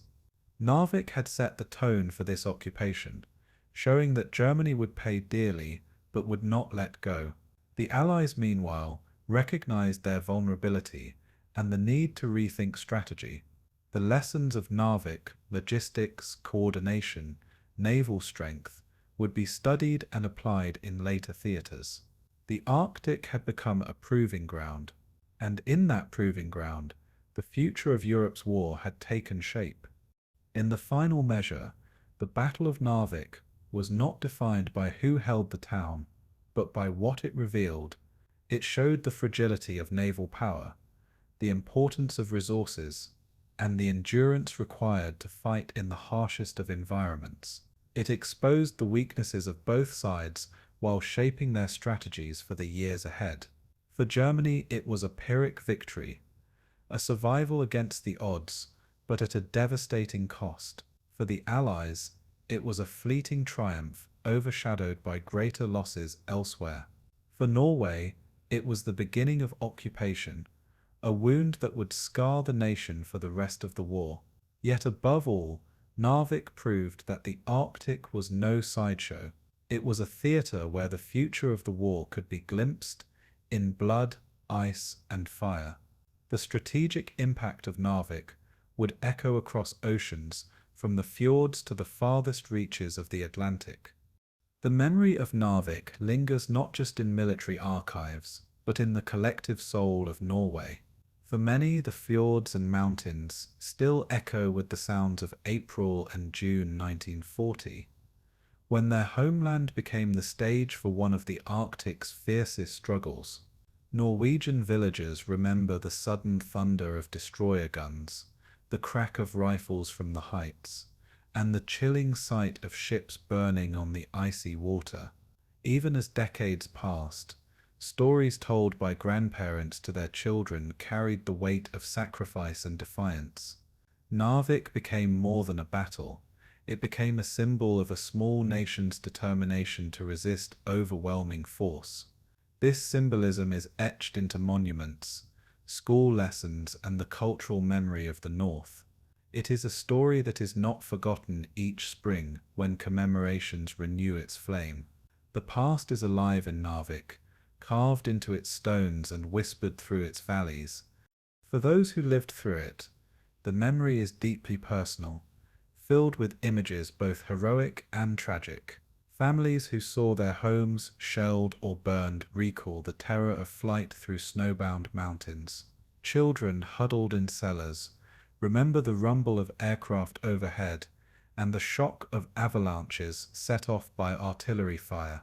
Fishermen who once sailed the fjords were forced to choose between survival and resistance, often risking everything to aid Allied forces.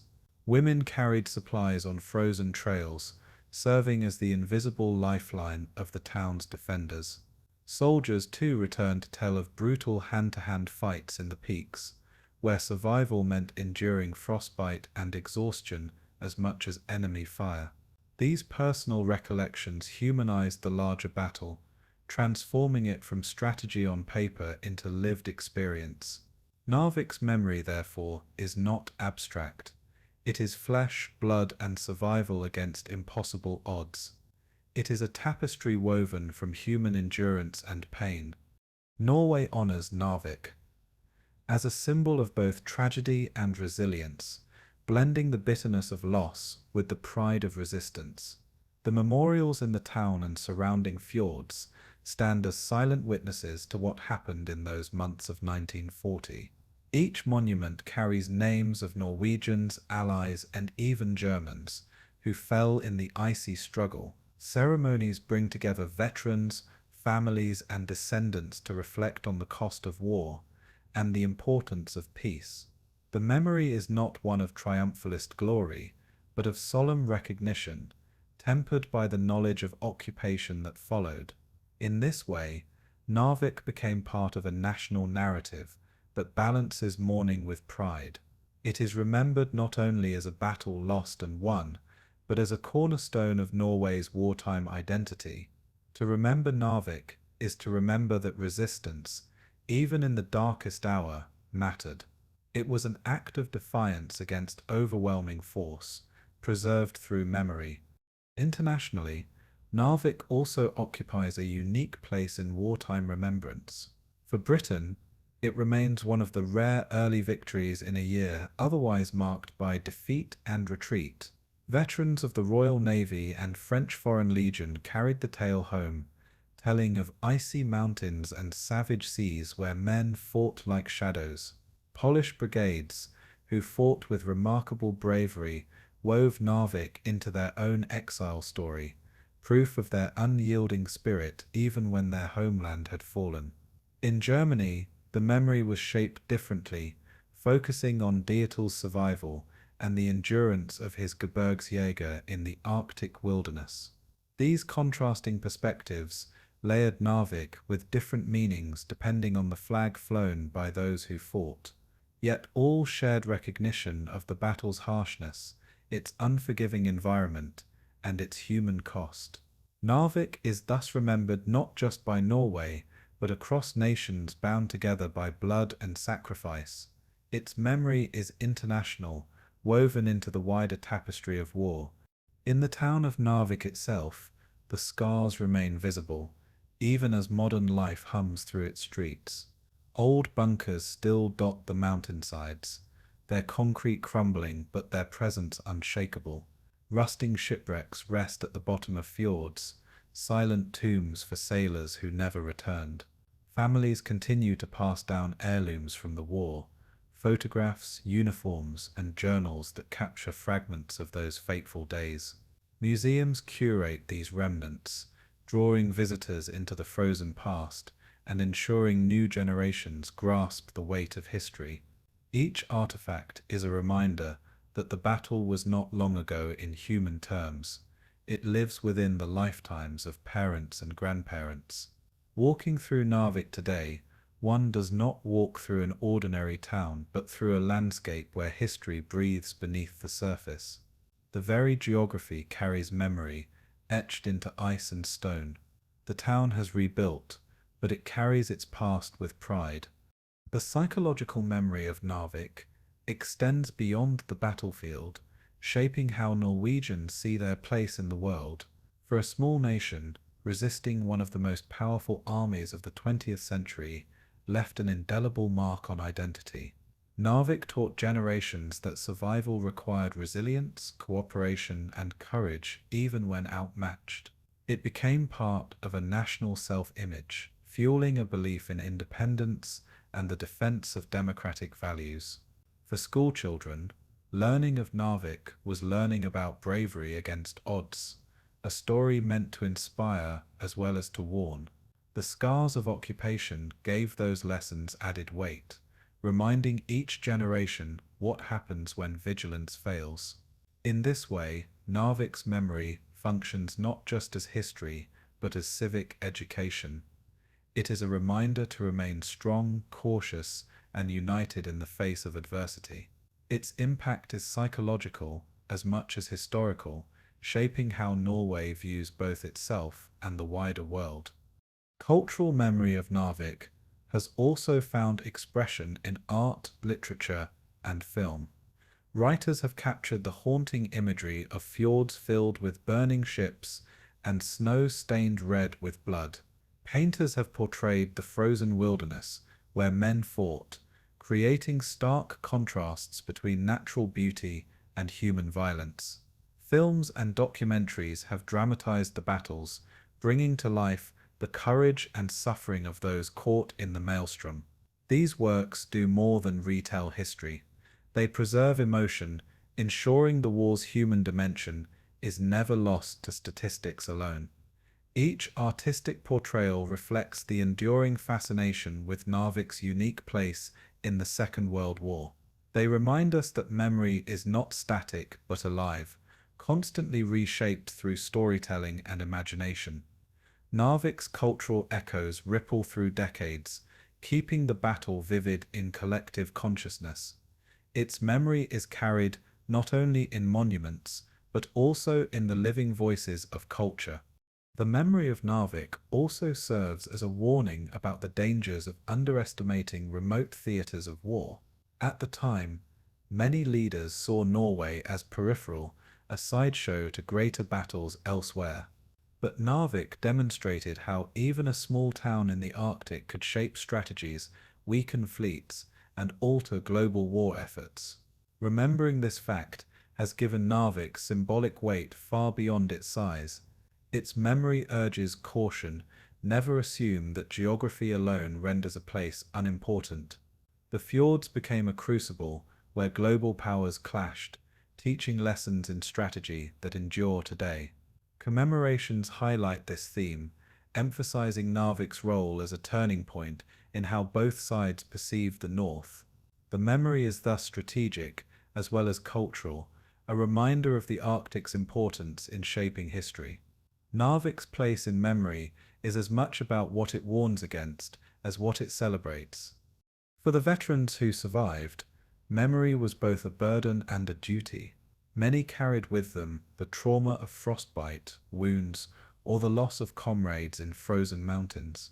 Yet they also carried pride, knowing they had stood their ground in one of the war's most brutal environments.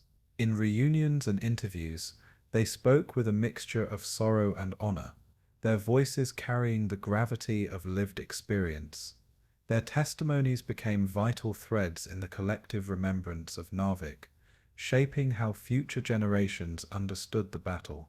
As the veterans passed away, their words became legacies, preserved in archives, museums, and family memory. For their descendants, remembering Narvik is also about honoring their sacrifices, ensuring their endurance is never forgotten. The veteran stories form the backbone of Narvik's memory. They ensure that history is not distant, but lived, spoken, and deeply human. Memory here is a bridge between past and present. In the end, Narvik's memory is a mosaic of victory, loss, pride, and pain. It is a story told in monuments, whispered in families, taught in schools, and painted across canvases. It is a story that continues to shape identity, not only for Norwegians but for all nations touched by its frozen battles. Narvik remains a reminder of resilience in the face of overwhelming force, of the costs borne by civilians, and of the unforgiving nature of war in extreme environments. Its scars are visible in the town, in the fjords, and in the lives of those who lived through it. Yet its legacy is not despair, but endurance, a memory that instructs as much as it mourns. The story of Narvik lives on as a beacon of history, warning and inspiring with equal weight. In the silence of its mountains and the calm of its fjords, memory endures, eternal as the Arctic winds. The Battle of Narvik holds a unique place in the annals of the Second World War, remembered less for its scale than for its symbolism. Here in the frozen fjords and towering mountains of Norway, the war revealed its global reach, stretching even into the Arctic Circle. It was a clash that combined naval daring, infantry endurance, and civilian suffering in one of the harshest environments on Earth. The battle demonstrated that modern war could reach into even the most remote landscapes, leaving no place untouched by its violence. Narvik became a proving ground for men and machines alike, a place where survival meant overcoming not only the enemy, but nature itself. For Germany, it was a daring gamble that risked everything on the endurance of its mountain troops and the precision of its destroyer flotillas. For the Allies, it was a chance to prove that resistance was possible in a world otherwise succumbing to Nazi advance. In the end, Narvik became not just a battle, but a symbol of resilience forged in ice and fire. The naval legacy of Narvik was immediate and enduring, altering how both sides perceived sea power in northern waters. The Kriegsmarine lost nearly all of its destroyers committed to the operation, a crippling blow that weakened Germany's ability to project naval force for years to come. For the Royal Navy, the battles in the fjords proved the effectiveness of daring night attacks, torpedo strikes, and close-quarter gunnery in confined waters. Yet it also revealed the vulnerabilities of ships operating without adequate air cover, foreshadowing the decisive role aircraft would soon play at sea. The fjords became a laboratory of naval lessons, shaping tactics in the Atlantic and beyond. Commanders studied the chaos of Narvik for its hard-earned insights into aggression, surprise, and the risks of fighting in restricted waters. Naval historians would later mark Narvik as one of the defining destroyer actions of the war. Its legacy lived not only in loss but in the knowledge it imparted. On land, the legacy of Narvik belonged to endurance, a word that defined both Norwegian defenders and German occupiers. General Edward Dietl's Gebirgsjäger became legends within Germany, lionized for their survival in the Arctic wilderness when cut off from supply and reinforcement. Their endurance, however, came at the cost of immense suffering, frostbite, and isolation. On the other side, Norwegian soldiers and civilians endured bombardment, evacuation, and occupation, refusing to surrender their spirit even as their towns burned. For the Allies, the French Foreign Legion and Polish brigades carved their names into history by fighting in an alien environment of snow avalanches and frozen peaks. These soldiers proved that determination could level the field even against seasoned mountain troops. The endurance of Narvik became a universal theme, shared by all sides who fought and suffered in the Arctic night. It was a reminder that victory in such a place was as much about survival as about strategy. The civilian legacy of Narvik was equally profound, shaping memory long after the gunfire ceased. For the townspeople, the battle was a scar carved into their homes, their families, and their way of life. Many were forced to flee into the mountains, carrying only what they could on their backs. Others lived through bombardment, watching flames consume wooden homes while the cold gnawed at their bones. The memory of families hiding in cellars, of children separated from parents, of fishermen pressed into service as guides, became part of the town's living history. After the war, survivors rebuilt from ruins, but the trauma of those months lingered in every story told to the next generation. Narvik civilians embodied the resilience of an occupied nation, bearing silent witness to the suffering inflicted upon innocents. Their legacy is one of survival under fire, proof that even the smallest communities can endure the greatest storms of history. Strategically, Narvik's legacy lies in its demonstration of how peripheral theatres can carry outsized importance. At first glance, the Arctic seemed far removed from the central struggle for Europe, yet Narvik's iron ore routes, fjords, and mountains became critical to Germany's war machine and the Allies' attempts to deny them. Control of Narvik meant more than territory. It meant control of resources, lifelines, and morale in the wider conflict. For the Allies, losing Narvik after briefly recapturing it was a bitter reminder of how fragile victories could be. For Germany, holding it underscored the strategic necessity of dominating Scandinavia. The battle's legacy was not measured in square kilometers, but in the lessons of how strategy, geography, and resources intertwined. It proved that even remote battlefields could shape the trajectory of a global war. Narvik was thus remembered as both a battlefield and a strategic lesson written in blood. The legacy also includes the bitter irony of victory abandoned, as Allied forces were forced to withdraw in the shadow of the fall of France. For the soldiers who fought in the mountains, Narvik had been proof that German forces could be beaten, even in 1940. But their success was undone by events far away, and their departure left Norwegians to face occupation alone. This sense of betrayal and loss seeped into the memory of Narvik, casting it as both a moment of pride and of mourning. The legacy became dual victory for a moment, defeat in the long term, and resilience in the face of abandonment. This tension continues to shape how Narvik is remembered, balancing the joy of liberation with the sorrow of loss. It is a reminder that in war, victory is never simple, and legacy is always complicated. Narvik's story embodies both triumph and tragedy, inseparably intertwined. Internationally, Narvik became a point of connection between nations united in hardship.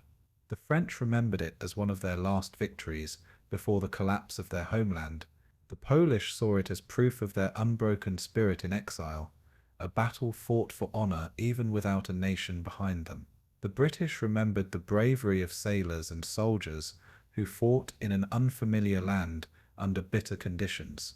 Even the Germans turned Narvik into legend, a story of Dietl's men surviving against odds, shaping propaganda that outlived the battle itself. This multiplicity of perspectives gave Narvik a layered legacy, remembered differently depending on the uniform worn.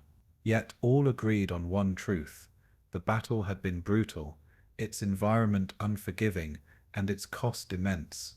Its international legacy ensured that Narvik would never be forgotten, even beyond Norway's borders. Narvik's legacy also lives in its cultural echoes, preserved in art, literature, and memory. Norwegian poets wrote of fjords stained with smoke, of snow that fell silently on the wrecks of ships.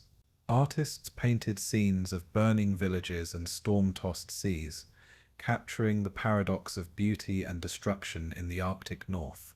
Films and documentaries brought the story to wider audiences, dramatizing the desperate battles on sea and land. Museums collected artifacts, helmets, uniforms, ship fragments that spoke of the human struggle beneath the grand strategies.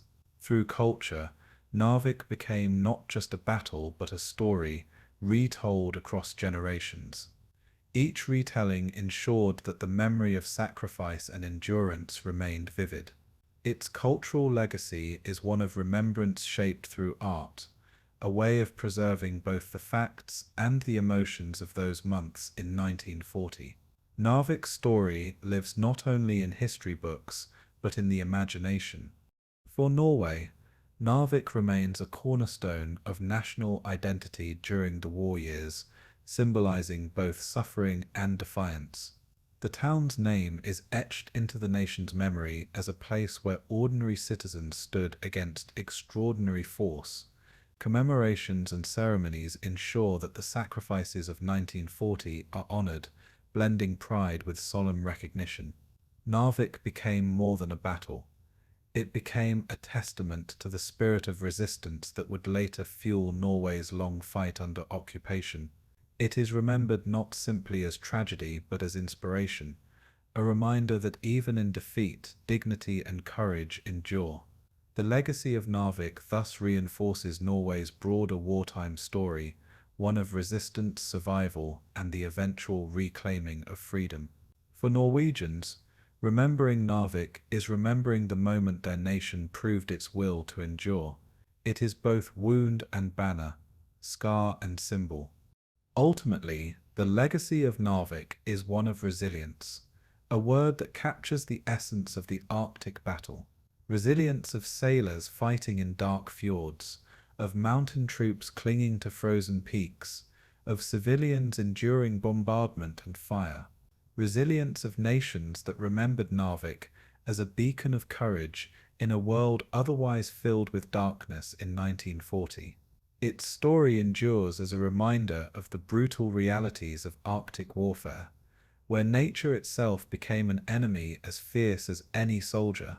Yet it is also remembered as a symbol of naval daring, of men who risked everything in icy waters for a cause larger than themselves. The legacy of Narvik is thus layered: strategic, cultural, human, and symbolic. It is a battle frozen in time, preserved in memory as both warning and inspiration. In the silence of the fjords, in the shadows of the mountains, the legacy of Narvik still endures, etched forever into the history of war.